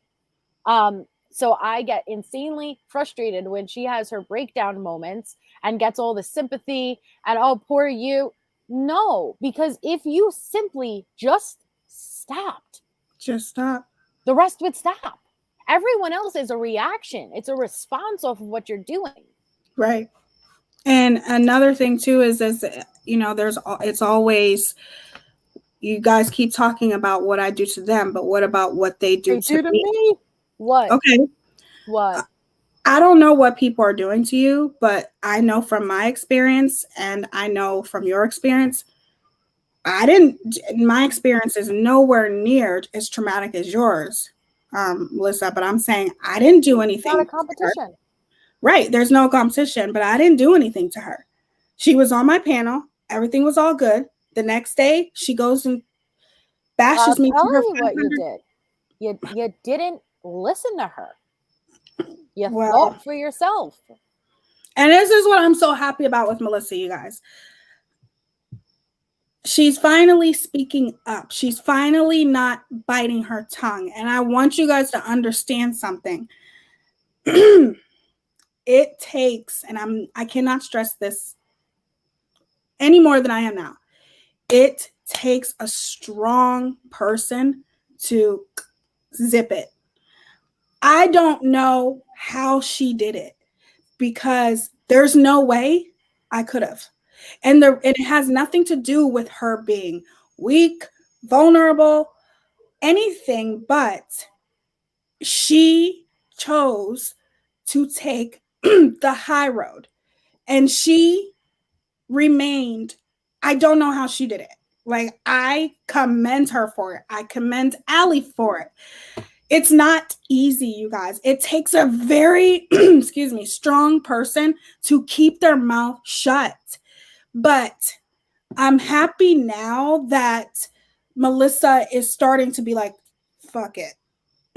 I don't care. I told you why she did what she did. This is what I want because it just needs to be out there. It needs to be out there that I know for a fact I didn't do nothing to her. So she keeps saying, you guys keep talking about what, always the victim, always the victim. But I'm saying, telling you guys, I never did anything to her. The only thing I've ever done to her was be friends with Melissa.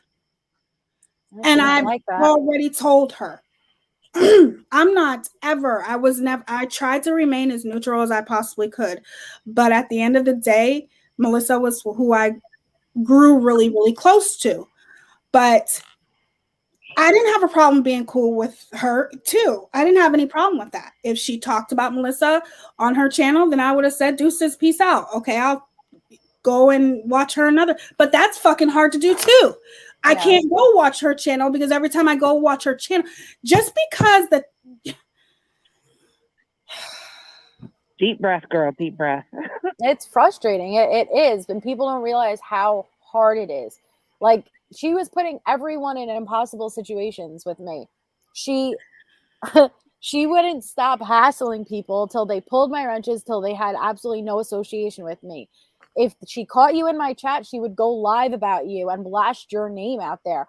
Do you know how many people I got my emails from? Now she likes to say, oh, I got an email from someone, like apologizing because they originally believed Melissa, and now they realize they were wrong. Bitch, I'm sorry, but I have 100 emails from all different people who are too scared, who will leave comments and delete them real quickly so no one else can screenshot them because they don't want to be called out, but they want to show support. The same people who are in your chat right now. But the difference between me and you is I don't put them on blast like that. I don't need to do that to make myself feel better. I'm not going to do that. But she's made it impossible. And that's because, in my opinion, she never gave a shit about you as a friend, Tia. She cared because, one, originally, you came in with the MC situation, and then you came in with the my situation. And all it was about was getting one over on me. She wanted to isolate me out. She wanted me to have nobody left. And she wanted to make sure that I didn't return to YouTube. She said it herself. And so you asked me how I got through it. I got through it because the few people who stood by me, or the new relationships I made, including you, it was the harder choice to stand by me. It would have been a lot easier to just say, fuck Melissa. One, I had freaking 700 subs at the time. Natasha had, a couple of thousand. It would have been smart for your own channel purposes or other channel purposes to go with her. And that's why a lot of people did. But who wants to get dragged? It's not worth it. So I don't blame anyone for not standing by me. But the people who did, They're the real bitches. And right. I really am. We're the real ones. And what I was going to say before I got flustered is, just because the title of your live doesn't specifically say Melissa's name, your excuse is some people bring her up in the comments. You don't have to address people that bring her up in the comments. You choose to look at that comment and elaborate and talk about it. And then the whole live turns into Melissa. That's your choice. You could ignore that comment and be like, okay, I don't want to talk about her. And they're not comments from my end. Those are not my people. So honestly, I think they're planned. They're planned. Talked about it, but seriously, Melissa, and now Tia, and everybody else on YouTube, if she literally has no content, she's not an interesting person, she's not charming. I mean, without dragging people, she has nothing. And you guys are her bread and butter. And it's sad. It's because, I don't know, I think when we see creators like you, Melissa, or Tia, and it's not just about, we'll have a bitch session every now and then, but we're not doing 3 lives a day, mad at this person, MRB, talking about Melissa, talking about Lana. I mean, all day, every day, now truth teller. I mean, it's sad. It's like, dude, come up with a creative idea. Come up with. It's not about that. It's about what brings. Listen, right. What if she wants to? She likes to say that I used her. I don't know how I used her. She's never been on my channel. She dropped my link one single time. But I am her top most viewed video. Me. Wow. I am actually in her top 5. I am 3 of her top most viewed videos. Wow. She peaked over 800 people in every live chat when she came out about me. Since then, she has never returned to true crime. When I was on her channel, we discussed cases, and it started to get about drama with the whole MC, and that's when I pulled out. But it was never this. It was never this. But when you taste that type of views and that type of money, why would you go back? Right. And just to answer Sandra's question, Lynn, oh God, I never knew who that person was. I never knew who she was. I got an email from her the day after the panel, and she was very excited that I spoke out against Lana. But by the time I responded to her, me and NC had our falling out. And so I was appreciative, and I was like, but listen, I think there's a setup of something going on. That doesn't mean that Lana didn't share my nudes and wasn't being a piece of shit. She was. Right. But what NC was doing was far worse, trust me. And you guys may not understand it, but it was. So we went and had a couple of emails within like a 24-hour period where she didn't agree it was a setup, but she was a complete stranger to me. And I was like, okay, I wish you nothing but the best, thank you for reaching out. That was it. The next thing I know is she's saying that I destroyed her, that she put herself on the line for me as a sexual assault victim. And I was like, what? Wait, who? Lynn. Debris, they call her Debris. Jesus. And I was like, what? This woman, I don't even know who you are. I've never spoken to you. You reached out to me in an email. I was nice to you. And then what happened is she has a thing against Lana, and she got mad because I wasn't going to play along. Listen, Lana deserves to be held accountable for what she did. She shared my nudes and she lied, and she admitted that. But she does not deserve to be held accountable for something she didn't do. And I don't believe she dropped that porn. And I don't believe there are 16 other victims. I know there are not 16 other victims. If you guys don't want to believe that, I think I did enough research. I think I would know. I'm the one who was in it. She got mad because I wouldn't go along with that official narrative. I wasn't going to just allow that to happen. I'm not going to do that. I'm not a follower, and I'm sorry, no. And they got mad. They got mad. You have to remember, I have a message from NC saying that she's been working to take down Lana on an angle to take down Lana for a while. So the moment that my story came up, this was it. This was golden. She was just waiting for it. And I don't know what her issue is. I really don't know. I don't know who she is. I don't know what her problem is with me, but she just needs to stop. All these this gang mentality. Same thing with KNC. Accused me of espionage and stealing their mods and this. What? I work on it. Yes, they had an 8-hour exposing. Okay, every day it was brutal. Every single day, I didn't know who was going to turn on me next. Who I considered my best friend was the one who told NC that I was out and I was done. And then all of a sudden, my ex was on the panel, and then Irvin came out and gave all of his login info. Okay. And then, so every day I had no idea who was going to turn on me next. I had to be very careful who I spoke to, what messages were already out. Then there was this exposing Melissa Jade live coming out, and it was a special guest. And I was like, who's it going to be? Who's it going to be? It was brutal. I don't think anyone understands, when you have to race and think about who, because my ex, it was my real life shit too. That's when it became very uncomfortable. It wasn't just online. This was real life. And who's going to turn on you? Then all of a sudden, it was KNC. And I was like, huh? Yes, I was a mod for them, but I wasn't a mod for them. They threw me a wrench after I went on their panel and gave Brittany MCF, my piece of my mind. But they ended up accusing me of committing espionage on their channel, basically abducting their mods, deleting content. You guys, I work on an iPhone 6. I have to delete something if I want to take a picture. DPOS. what they ended up saying was so laughable, but at the same time, people were eating it up. And I'm like, why are they all doing this? Why would they all lie like that? I still to this day can't understand. But if it benefits each other, they all came together.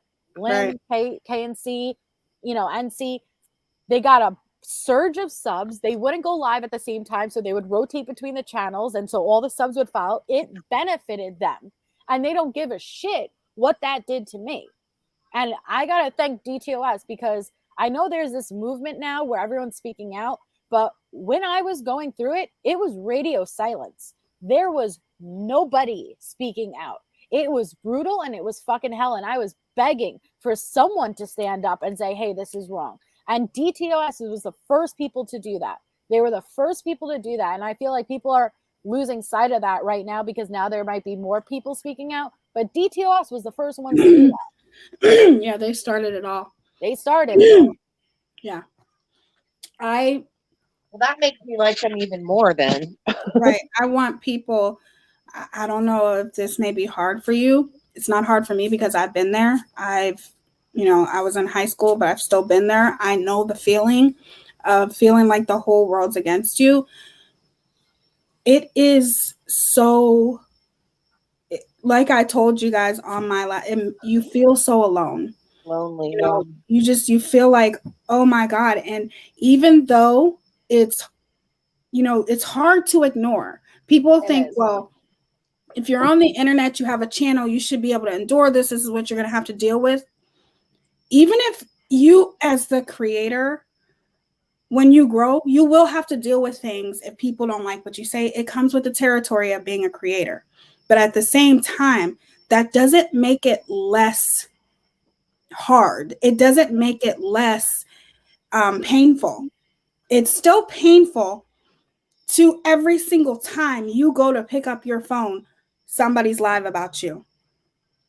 People in the comment sections are saying gaping hole and this and that. Do you guys know how hard that is? That's why I empathize with Melissa so much, because no matter what she did to NC, which she didn't do anything, but even if she did, okay, nothing justifies this, you guys. Nothing, in my personal opinion. No matter what, it doesn't justify people treating you like that. Like you're not a human being. Like you don't have a heart. You don't have feelings. It is just horrible. It's just horrible. Somehow or some way, I feel like in a lot of ways, NC has kind of dehumanized you, Melissa, if that makes any sense. Like kind of people don't look at you like you're a real person. I went from a victim, right? Everything I said on that panel was true, what happened to me. And I went from a victim to you're unholy, you're a whore, all you're good for is spreading your legs, and Lana should go wash her fucking fingers after she's done with you. I never lied about what I went through. So every time you guys are saying that shit about me, you're making me relive this experience over and over and over again. And it was a hell of a fucking experience. It really was. Like I said, I'm a strong person. That shit sent me in a really low place. And now, it sucks, because speaking out, it's like, okay, well, they finally, it's not like they moved off me completely, but it's got better. Right now, they're focusing on Mommy Ramblings. So what are my choices? To sit here and keep my mouth shut and watch as it's going to push someone else over, or speak up and allow my story to be used as an example to try to prevent it happening from the next person? Because I'm telling you, if it could push me into the low fucking place I was at, someone who doesn't have something to live for and is already in a low place, it's going to push them over the edge. It will. Right. And just like, I think it was Boston who said how that creator always says, I'm not responsible for nobody's mental health. Yeah. Actually, you are. Yeah, you are. You have a channel, you have a responsibility. You may not like to hear that, but it's true. The bigger your audience, the more you have to be aware of what you say and what you don't say. I don't care what anybody says. That is my opinion. You have to be able to take responsibility if, you know, for example, you're talking about you were in a physical abusive relationship. You have to take responsibility for that if you triggered somebody else, right? No. You are responsible for your own channel and the things that you say. And you have to take responsibility. You don't have to take on somebody's mental health, but you have to be aware of people's mental health and know that there are some things that you say that could push someone over the edge. You still have to be very mindful the more your channel grows. And that's my opinion. Some other people may not feel that way, but that's how I but feel. okay, put it like, and I could only use my situation as an example because I experienced it. I was quiet. I didn't say a word. And she ended up getting Irvin's login, username and password, thinking that it was going to be filled with screenshots of me talking shit. It wasn't. But there were messages of me explaining how I was at a very low place and that I couldn't even put on a fake smile for my daughter on her fucking birthday. And that any lower would be suicidal. I never said I was suicidal. I said anything lower than this would be suicidal, though. And what did she do? You take someone who's being quiet, who hasn't said anything in a month, just leave me alone. And you then go and read those messages publicly for everyone to see and say that I'm trying to manipulate people behind the scenes. Because remember, that was the whole thing. I was working behind the scenes. Right. So it's not, you are responsible. You are responsible when someone's sending the police to your house to say it's enough. Knock it the fuck off. And you say, nope. I'm still going to keep going. Yeah. I'm hurt. What about me? Well, how long is it going to take for you to not be hurt anymore? Right. And the manipulation behind the scenes, I'm sorry, but I do feel like when it comes to situations, it should be handled behind the scenes. It shouldn't be handled just like, I'm pretty sure it was Boston who asked her when she was on panel, when you get mad at somebody or somebody, you feel like somebody does something wrong to you, is your first instinct to just go live about it? Yeah. Because it is, but at the end of the day, it shouldn't be. Nope. Me and Melissa, in the beginning, we had a misunderstanding. It was a time that she was very, she just became a mod. Let's just put it that way. And there was a lot of people, when I was cool with Natasha, she'd come on, and she came on panel. I can't imagine how that would trigger Melissa. But regardless, we had a misunderstanding. I didn't hear from her. And that I took a bunch of antidepressants and I slept for about 24 hours straight. Right. And I didn't hear from her, so I didn't know what was going on. But we talked like two adults and worked it out. I didn't come live and say, well, I'm just done with Melissa because I haven't heard from her. She's probably plotting, scheming against me because I don't blame you. I don't blame you. I was proud of you. Remember, I was proud of you. Right. But we worked it out like adults. Even when I contacted Melissa. Melissa contacted me. Okay, let's talk about it like adults. Yeah. Did I do something wrong? That's what you're supposed to do. You're supposed to handle things. That's what I'm saying. If she feels as though you owe her an apology, what I've always told Melissa is, why do you owe her an apology? I said, if you give me a valid reason, I'd be open to it. Right. Tell me why, though. But not now. How could you apologize to her now after everything that's been done? You can't apologize for. She should be apologizing to you, right? Like, that's just my opinion. I think that shows the kind of person that you are, that you're open to it, but it's just too much. It's too much, and it's still happening. Yeah. When does it still happening? Right. Stop? When does it stop? Who the hell are you to call somebody unholy? I didn't know she said that, Melissa. Yeah. That's what got me really angry, is it became religious. And I was like, who are you to judge me? You know, like, who are you to judge me like that? And this is the problem. It was a simple comment that was taken out of context, but I even apologized. Yeah. And I returned to YouTube almost a week later, and this is what's happening. And every day I let it go. And I feel bad because I don't like addressing shit on my channel. I really try to not address this drama, you know? And every time I do it, I feel like I'm giving them what they want. But there's only so much you can say that I could take. Right. Like, it's wrong. And whether I stay quiet, they talk about me. Whether I talk, they talk about me. It doesn't make a difference either way. Damned if you do, damned if you don't. Yep. Hey, Exactly. Boston. Hey, sorry. I just wanted to pop back up That's again. okay. Yes, you said a few things that I had said in the past. But again, I just want to touch on the whole, I'm not responsible for anyone's mental health. If you don't recognize having a platform where you've got thousands of people subscribed to you, watching what you're saying every day, having, I don't know how many, 400 people watching each live, people in your chats, whether they're real or not real people, who knows?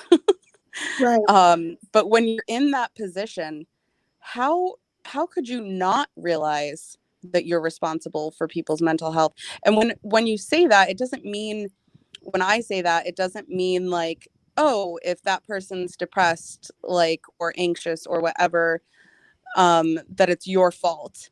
That's not what I mean. What I mean is that you've got to be cognizant of the fact that everyone has mental health, and not everyone's mental health is as strong as the other person's or as well as the other person's. Some people are sicker than others. And that's just part of life, especially right now with this pandemic. I think so many people, their mental health is more fragile now. And so to completely take no responsibility for the fact that you're going to push and push and push and bully and say things to thousands of people that watch you about somebody, you are responsible for how that affects that person. Right. 100%. 100%. It's not Melissa who's vulnerable or who, like, you need to get tougher skin. That's bullshit. When I first started YouTube, someone said, if you're going to be on YouTube, you need tough skin. And I laughed. And then I realized it was kind of true. And then I realized that statement's complete bullshit. You don't need tough skin to be on YouTube. Everyone should be allowed to have a voice. Everyone should be allowed to have a platform and share what they want to share and share their content and make content. Everyone. You shouldn't have to have a tough skin. That statement is ridiculous.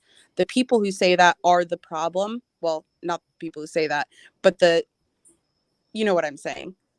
Well, I just wanted to address Road real quickly. Yeah, I know you think it's weird why she makes them send in driver's license, but I can tell you exactly why. The same reason to this day why they're concerned to do anything, because now you have my full info. You have my name, you have my address, you could look up all the information like they did on me, and you could actually go real life. So dare to burn me, dare to speak out about what you witnessed while you were with me. I have all the information on you that I need. That is why. Yeah. And trust me, it works. Especially when you witness like what they dug up a lot more on me than they put out publicly. They were in contact with my ex texting. Okay. You think you're tough and all that when you're behind and you're, a username, but just wait until you actually start to get the fucking threats. When they actually have your address, when people are going to say, look what's going to happen to you, we know where you live, and they're actually communicating with people in your real life. You start to get real nervous when you say anything, because you never know what's going to happen.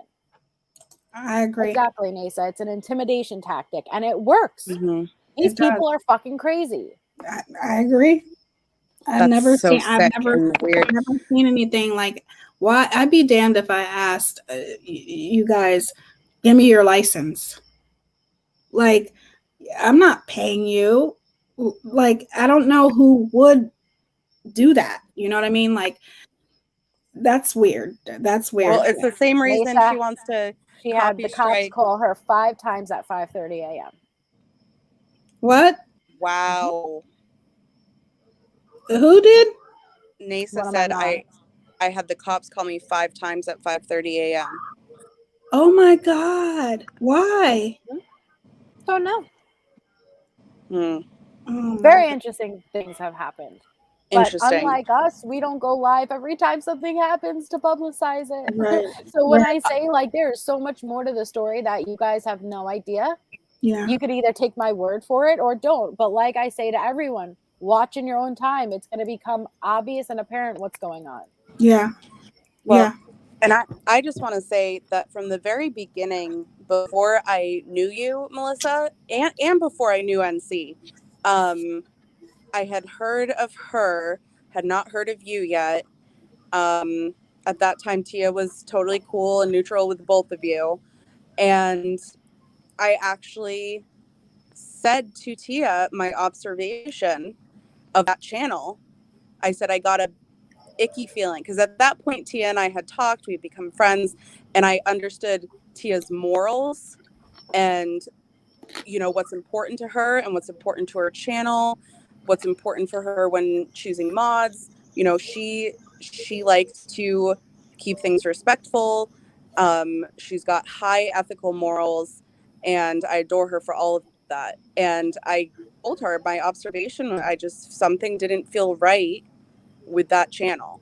And it was the whole chat was just going off bullying I don't even remember who it was, but the whole chat was just completely on this one person, like Yeah. bullying her badly.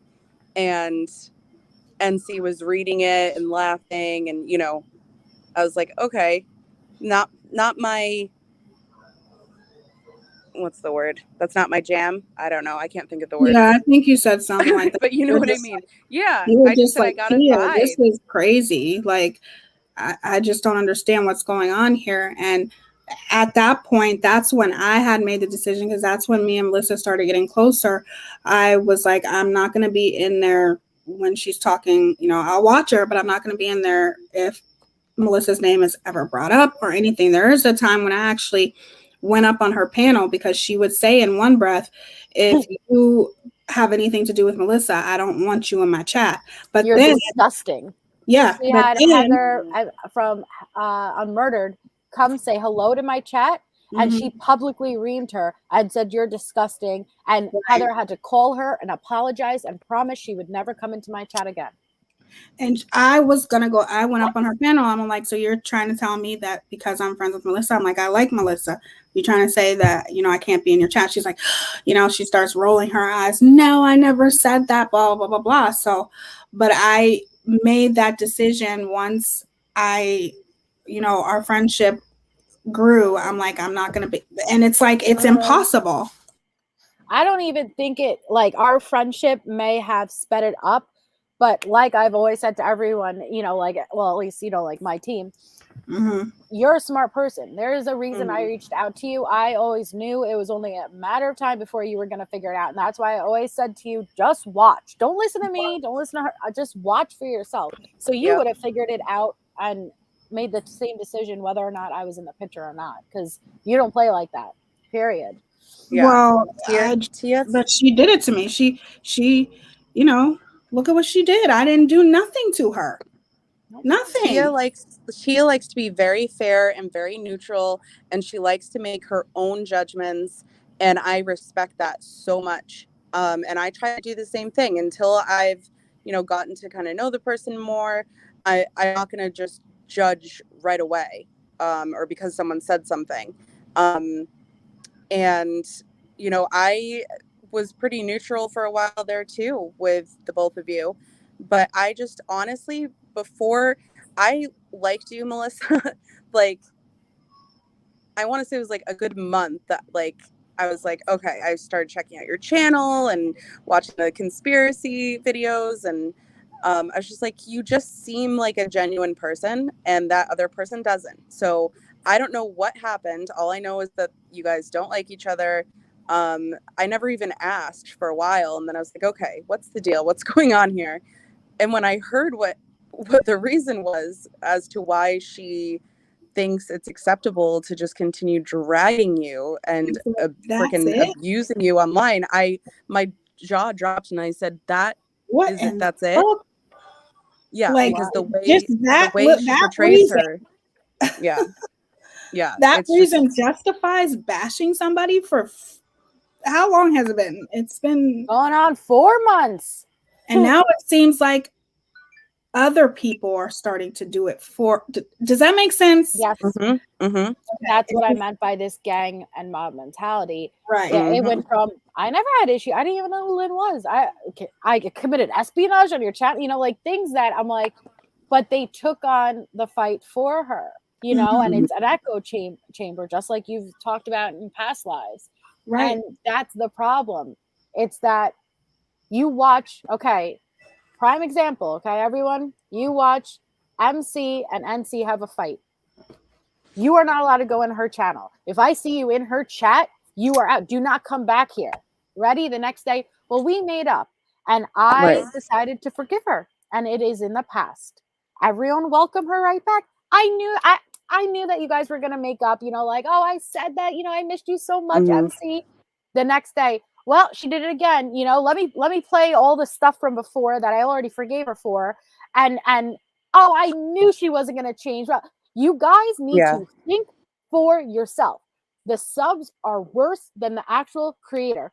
I could handle and see with what she was doing, but seeing all those people in the chat saying what they were saying about me, acting like they knew what happened. How do you know what happened? You don't know what happened. And everyone kept saying, I'm so surprised. I never expected this from Melissa. Well, doesn't that say something to you? Maybe are you wrong? Just because someone says something over and over and over again, very loud and aggressively, doesn't make it the truth. Yeah, that's her game. She villainizes people. I said earlier, she made you into a mythical villain. And she does that with other people as well. She villainizes these people to make herself the victim. That's her entire game. And to get sympathy and support. And she likes to feel that whole gang mentality. Oh, all these people are going to go after whoever I choose next. It's that powerful feeling she has because she knows she can manipulate this mob so easily. And it's never going to stop. It's going to be one person after the other. Some are going to get dragged longer than others until they're her something bad favorites. happens. Well, like I don't know MRB, so I'm not going to sit here and say I'm all MRB. But I saw the video of her clutching her son's photo. Okay, I haven't seen that yet. Yeah, that was hard to watch. I don't care what you're doing, whose side you're on. As a mom, put it this way: I haven't been through that tragic event, but if I heard NC even say my daughter's name, I would flip. I would flip. Now imagine your child passed, and hearing your enemy who is dragging you even say their name. Yeah.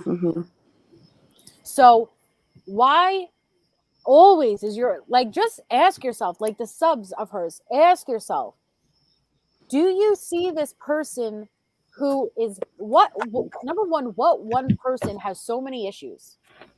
What one person has have you ever heard of a creator who gets so many damn calls threatening or texts threatening? Right? Yeah. Right? Oh my goodness. There's one person. But do you see her actions trying to resolve problems? Because to me, instead of responding with, well, let's go live and say how crazy she was for doing that, how about let's just stop? This is getting into very sensitive territory. I don't give a shit even if MRB is completely wrong. When it comes to that, let the woman freak, because I would freak too. And what people don't understand is when you are being attacked every fucking day, and there's panels where your former mods or subs are invited up to talk shit about you, you never know who's going to turn on you next, what's going to come, and it starts to break you down. It starts to break you down little bit by little bit, to the point where when I saw her reaction with her son and freaking out, that's because she is already broken down. It's not like this is a well slept, oh, this happened just on a random day, how is she going to react? No, this is after day after day after day of them coming and coming, and oh my god, now this former mod just went up and now she's talking about me and this and that. You don't sleep, you're stressed, your anxiety, and then you end up snapping. Like, if she wanted it to stop, just stop. Just stop. Stop talking about it. Just stop. Anything. I tried. I begged her. I expressed to her, I'm in such a low fucking place. This was before she turned on me. I said, I'm about to have a mental breakdown. And for me to say that, that's a lot. Okay, I'm a strong person. And when you told her that, what was her response? Oh, I can get up the screenshot. If you don't like it, don't watch. That's not a friend. Wow. That's when I realized this woman doesn't give a shit about me. And I communicated to who I thought was my friend, okay? And I said, I'm done. I'm out. I want nothing to do with her. That didn't mean I was going to go live and bash her. I just meant I'm done. Right. And an hour and a half later was the first time NC made her first live about me, because my friend ran back to her and told her she's done, she's out. She said she wants nothing to do with you. It made me sick to see her make $300 while I was up on that panel talking about what I went through. Now, that isn't to say that, like, thank you for all the people who sent that to her, but I can't help how I felt. And how I felt was sick. Like, this is wrong. Like, that much money shouldn't be thrown as I'm telling such a vulnerable story, like, it was weird. And she made the decision that I couldn't just separate myself and go on and do my own thing. She was going to destroy me before I had the chance to do that. Right. Mm-hmm. And imagine someone that you thought was your friend, somebody that you've been friends with for so long, every day, all day. That's even more heartbreaking. That's even more heartbreaking. You can't, if you have a heart and you care about people, of course that's going to bother you even more. Somebody that you cared about, that you knew before the NC, right? Mm-hmm. You were cool with, that was like, she was my very first friend on YouTube, the only person I spoke to. And to just be betrayed like that, all of these people around you, you guys have to understand how that feels. It breaks you down. Like I said, once my ex got into it, and then I realized this could actually affect my kid, this could affect my real life, that's when it became very uncomfortable. Right. Okay. And so, like, that's why I get mad when people say she only goes after weak people. Don't say that. Call me weak. Yeah. Especially if your information isn't all out there. Because if I was under an alt, and what are you going to do? Fuck Kelly Bob. You don't know who Kelly Bob is. I could say whatever I want. But when you actually have my information, and I've gotten threats, actual threats, that's when you say, is it worth even saying a fucking word? And that is why I got legally involved, because there was no end in fucking sight. And so I thought this was my only option. And then what'd she say? Not even 5 minutes later, I had her swatted. I had her fucking swatted. No. That is not what happened. But my point is that I've realized that her subs know exactly what she is. Some don't. Maybe about 20% are a little bit naive, and that's okay. We all get to the point where we wake up, but the rest of them are well aware of what she's doing. And they don't care. Well, I explained. How did you wanted to know how her ex got involved? How did they get a hold of your ex? Okay, so when all of this was happening, my ex, I was still friends with him, knew that I had just created my own channel. I needed to talk to someone. I needed to, because I was like, this is crazy. I'm overwhelmed. And so I met up with him and I vented to him. Now, he got mad that I wasn't going to go live and I wasn't going to address it. And I said, no. I was like, I can't right now. I was in such a bad mental place. I was like, I straight up can't. This was in the prime of it. Like, everything was happening at once. And the sexual audios were just played, and Lana was still coming at me. And he got really mad about that. And the first thing he did was messaged my old friend. And I freaked the fuck out. I was like, what are you doing? They're going to go live. Like, they're going to plaster that on live. So I made him delete that. And then I left. And the next thing I know is he is up on NC's panel. Now, in his mind, well, I'm just protecting you. I'm standing up for you. In my mind, you have no fucking idea what you're doing. You have no idea how this is destroying me right now. And he's not the smartest. He loves fights. He's the type of person who, if someone makes a Facebook post and says, I just got my child vaccinated, he's going to drop on that post like, the vaccine's a hoax, right? Now, I don't care what you believe, but my point is he intentionally loves the tit for tat. So, but my point is that, yes, I expressed that I wasn't okay. You knew me in real life. We dated at one point. Our kids played together. We slept in the same bed. You should give a shit if I'm telling you I'm not okay, just to listen to me. And so it went from NC's panel to Mandy's panel to him and Mandy started texting. So I've screamed at him. I begged him, please, like, you don't understand what they're doing. They're also going to try to buddy up. It got to the point Mandy was telling me at that point, Mandy was being nice to me. Okay. And Mandy was saying, oh, hon, I get it. You don't understand. Like, I've had an ex the same way. I'm going to delete him. I'm going to boot him. Right. And I thought Mandy was being, okay, she's being nice. She understands. Right. And then he would keep showing back up in her chat. And I'm like, and she's like, oh, I'm sorry. One of my mods must have unblocked him. And I'm like, not possible. Cause I'm direct messaging you. No one even knows that I'm asking you to block him or whatever. Then when I spoke to my ex again, he showed me all the emails. No, Mandy was messaging him and saying, come up under a different name and ask to go on panel so I could pretend that, oh, I didn't know it was your ex, but I could really get up the information. And then she messaged him his number and they could start texting. So there's many things that I haven't disclosed. Okay. But my point is, when it got to that point, I was like, there is nothing that is off limits at this point. Because all my ex has to do, Mandy, who lives 30 minutes from me, all my ex has to do is give her my actual information. That is it. And okay, so that's what I get really pissed when people say, like, oh, you only go after weak people, or, no, it took every fucking fiber of my being not to respond. But when my kid is on the line or real life is on the line, I'm not going to do it, period. But there's a lot of things that happened. I did, Jacqueline. I was not online at all, but everyone would message you.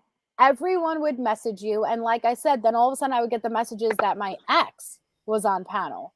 And so then you'd have to figure out what your ex is going to do. Then you're messaging your ex and you're freaking out. And now he's threatening, well, if you don't say what he wants to say, I'm going to go back on panel. The more you tell me not to do it, the more I want to do it. And even if you're not watching, you're aware of what's happening. It's hard to explain. Jacqueline, are you a creator? Hold on. Are you a creator? Because it's very easy for you to make this comment, but if you're not a creator, you're not going to be able to understand that. It's not that easy to just give up on your dreams and turn it off. Turn it off and on whenever you feel like it. Well, then the bully would have won. Said about you. That's the easier option. Do you not? Right. Do you think I wanted to return after having all of my sexual audio messages played, every single aspect about me flipped inside out, so vulnerable, such hate, the amount of messages I was getting, emails, texts, comments on my channel? Not coming back would have been the much easier option. I was just going to say, coming back. That she wanted me gone gave me more drive to return. And I wanted to make sure she didn't win. So whether it's one fucking person in my chat, I'm going to return, because success is the best form of revenge. And they shouldn't get the satisfaction of running me off. Yeah, I was just going to say that's the strongest. That moment that you came back was probably the strongest you were. It was the weakest I was at, actually. But well, the fact that you did it, pushed myself. Yeah, the fact that you did it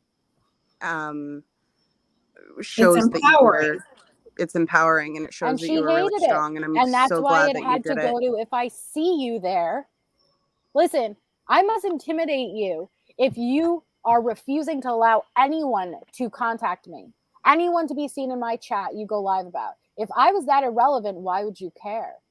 Mm-hmm. You made every single creator I was friends with, and you took them from me, and you made them remove my wrenches, and you caused a shit show. Every single person that she has surrounding her, she has talked shit about. I have all those messages, but that's the difference between me and her. I'm not going to Didn't go through Mandy all just that. recently say that too? Yeah. Oh, she Mandy did. even just said, see, Natasha showed me all the messages of Melissa talking about my kids.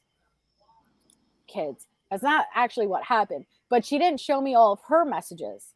That's damn right. I considered Natasha a really good friend, and at death threats.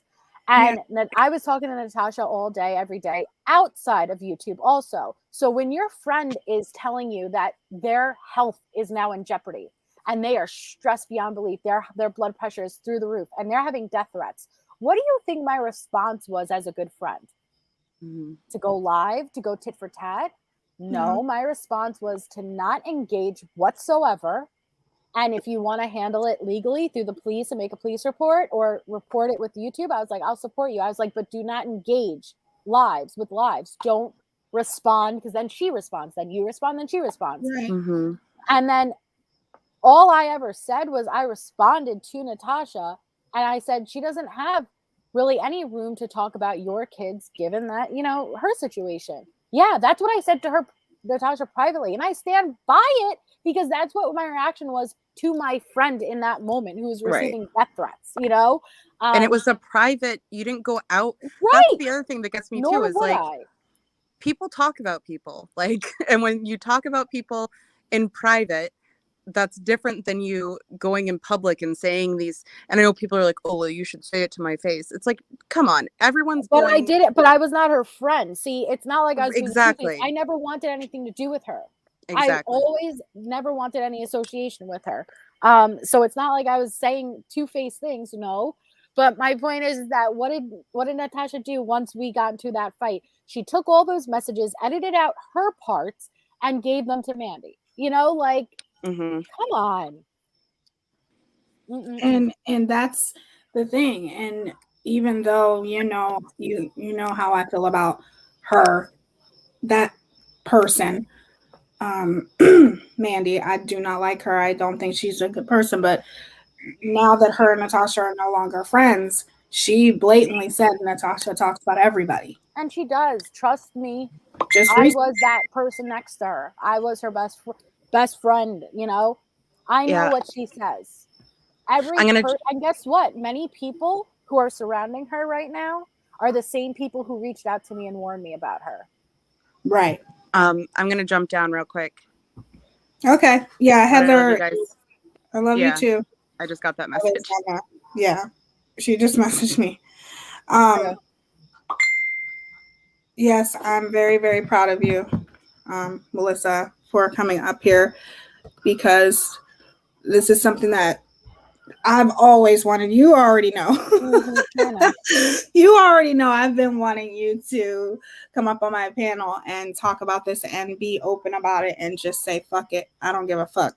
I don't care no more. They, like I said, look at what they're doing, and I don't say a damn word. Just take it straight, just straight gangsta. Yep. Thank you for having me up. Thank you for coming up. I love you too. I love you too. And thank you, everyone in the chat. Yes, everyone, thank you so much for being so respectful. And of course, I will be talking to you when this is over. Mwah, mwah, mwah. Thank you so much, everybody. Love you. Love you. Hi, everyone. That was just so awesome. I'm so happy Melissa came up. Thank you, Boston, for coming up. Thank you, Heather, for coming up. I appreciate it so, so much. I've always wanted Melissa to not give a shit, and she will be going live to elaborate more on this tomorrow. Can one of you make sure that you drop, I'm sure everybody in here knows Melissa's channel, but please drop her channel anyway. Can one of you do that? But I think we covered some stuff here. I really do. It was fun as usual, always talking to you. So let me show you guys real quick what I got. Okay, so first of all, I got this. I didn't get this from Ulta, but I got this from the store. I did vlog it. I probably will put it up on my channel. This is sage, and I've never had sage before. I think I remember my mother doing it. So my mother's half Indian, and my father's Navajo. So I remember my mother doing it before the sun sets, east. There's a way that you're supposed to do it. Okay. Thank you, Tara. There's a way you're supposed to do it before the sun sets, east, west, north, south, whatever. I'm going to do this with you guys. I don't know if any of you guys ever did that before, but let me know in the comments or whatever, because I really want to do this. You know, they say it's important to do things like this, and I want to do it. So I got this. And from Ulta, I got the Benefit Pomade, you know, to draw on my eyebrows like a Sharpie. Yeah, that's what I got. This is the new Benefit Pomade Brow Pomade. And it's in the shade number 5. So I got that.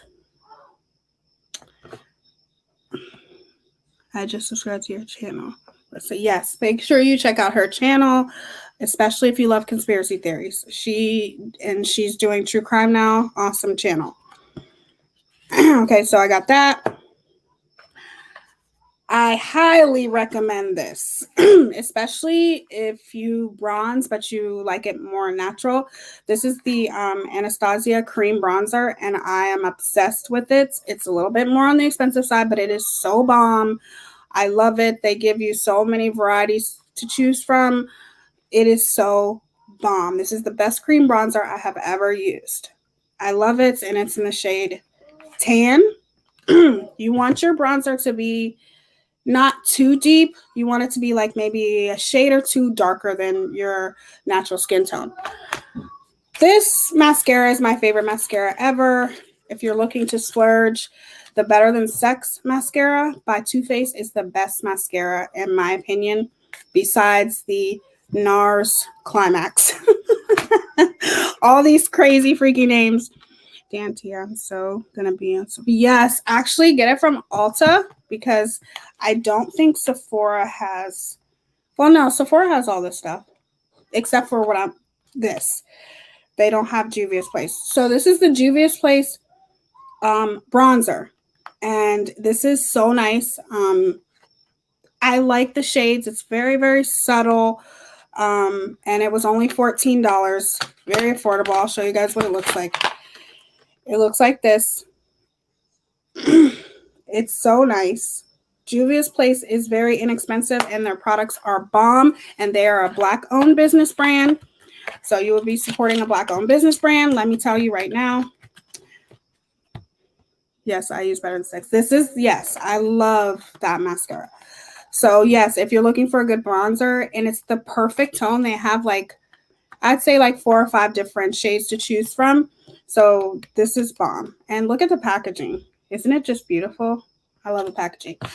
Okay, and then this is also affordable. This is the Supercharged Brightening Under Eye Tint, and it's in the shade Peach. So an under eye tint is just going to make your under eyes a lot more brighter. If you have dark circles, it's really going to eliminate that. And you better not be up. And you put this on prior to your concealer. You're going to put this on prior, and it's just going to brighten up that under eye. This was only like $6. They have it in 3 different shades, and this is in the shade Peach. The next thing, you're going to be in big trouble if you're up. Okay, the next thing is the Tarte Shape Tape. This is my favorite concealer that I use. It's expensive, but it's good. It's a really good concealer. It is full coverage. It is my favorite concealer. If you don't like full coverage, you wouldn't like this concealer. But if you do have dark circles, you literally only need a dot. It will last you at least 6 to 7 months. It's the best concealer in my opinion. No, I didn't get the lip gloss yet, but I heard that it's really good. I'm going to have to try that. Okay, and then the last thing I got is this perfume. It's Coach Dreams Sunset. Yeah. It's the Coach Dreams Sunset, and it's such, like, if you think of one of my favorite perfumes is Happy by Clinique. This is very similar, but it's stronger. It's a really good smell. And the bottle, the packaging, everything is, and you literally only need like 2 squirts of this stuff, and it is so nice. It's very corally, you know, I guess different perfumes have like a sweet smell. It's like very corally, and I like coral kind of perfumes. I feel like it just suits me well. And you always want to try a perfume that is good with your body chemistry. I think that any woman would like this smell. It's very subtle, but it's strong too. So, yep, that's it. Oh yeah, and then I got this Pixie contour palette. And this is affordable too. This is what it looks like. And it's just a contour palette. I don't know if I showed you guys this or not, but I like it. It's nice. I use the bronzer more, but I do use this and it is nice.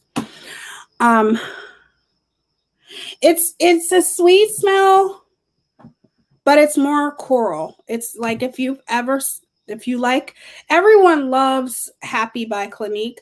I would say that it's very similar to that, but better. You know what I mean? A lot better. YSL Black Opium. I have to try that. Yes, I love makeup hauls too. There will be plenty more where that came from.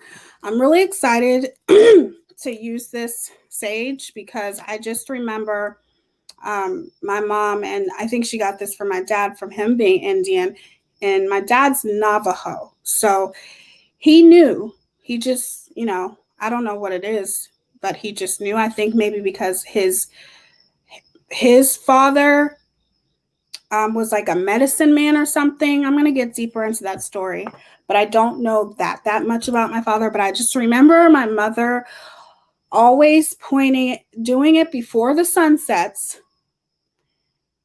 and pointing it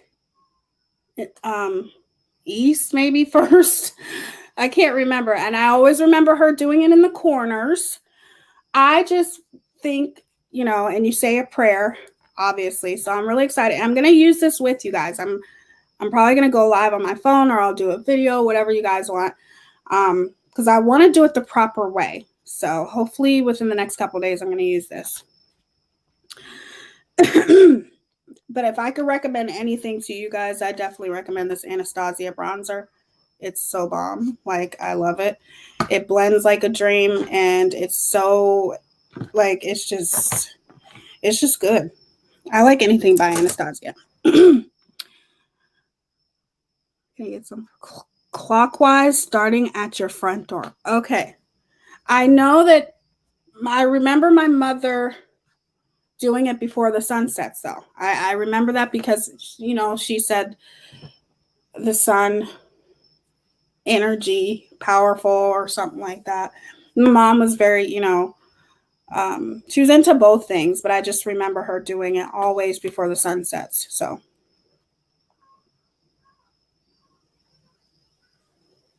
7 drawer.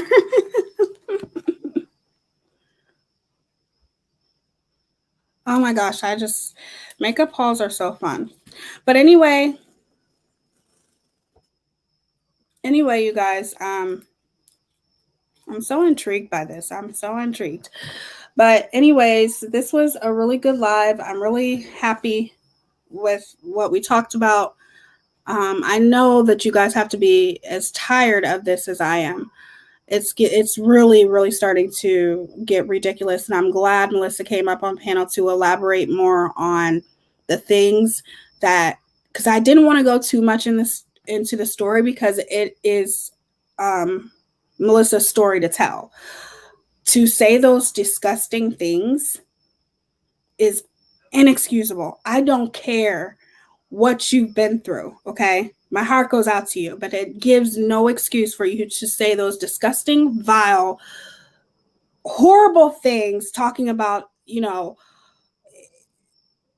unholy, and who the fuck do you think you are? Like, that's just horrible. And every shape of the word, there's no excuse for it.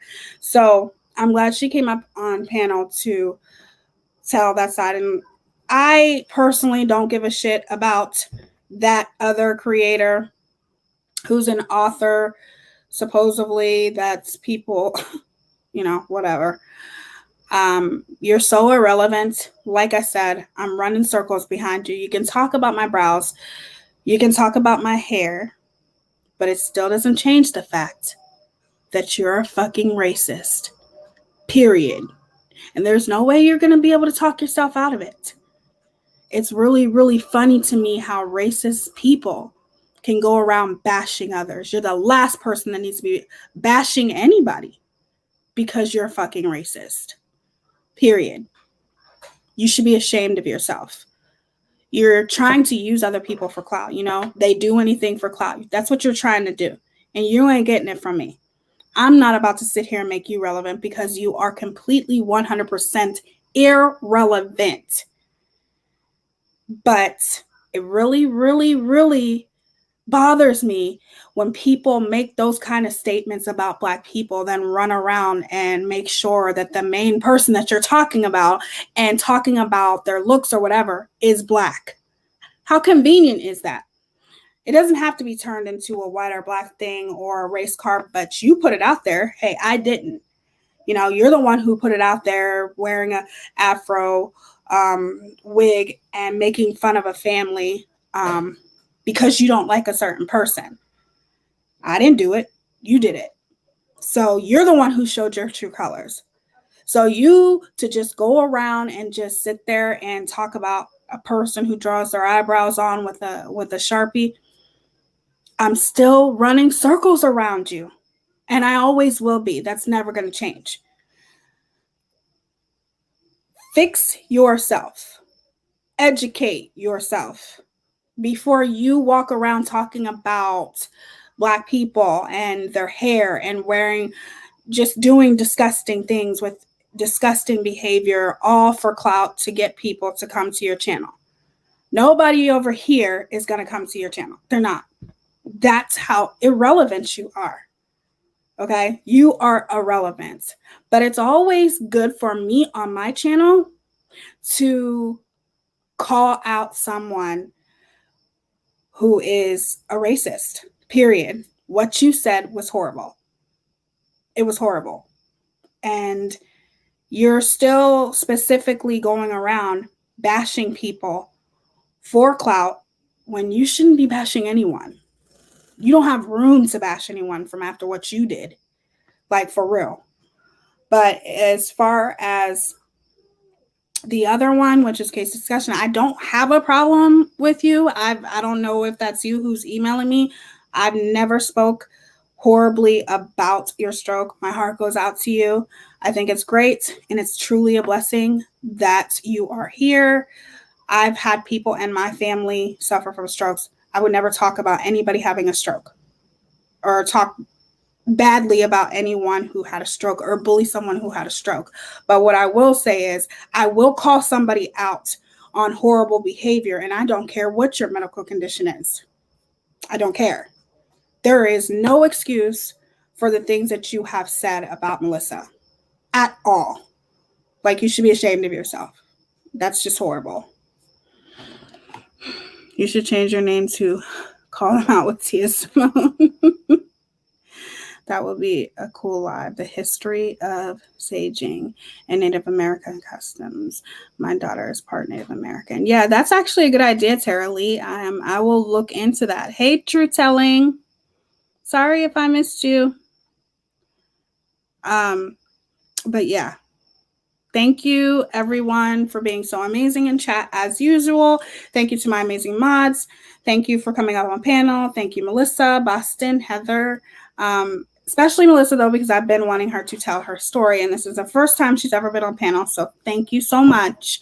I wasn't expecting for this live to be this long, but it's always a fun time with you guys. You guys always make me feel so happy, and like I'm literally sitting here chatting with my bestest friends.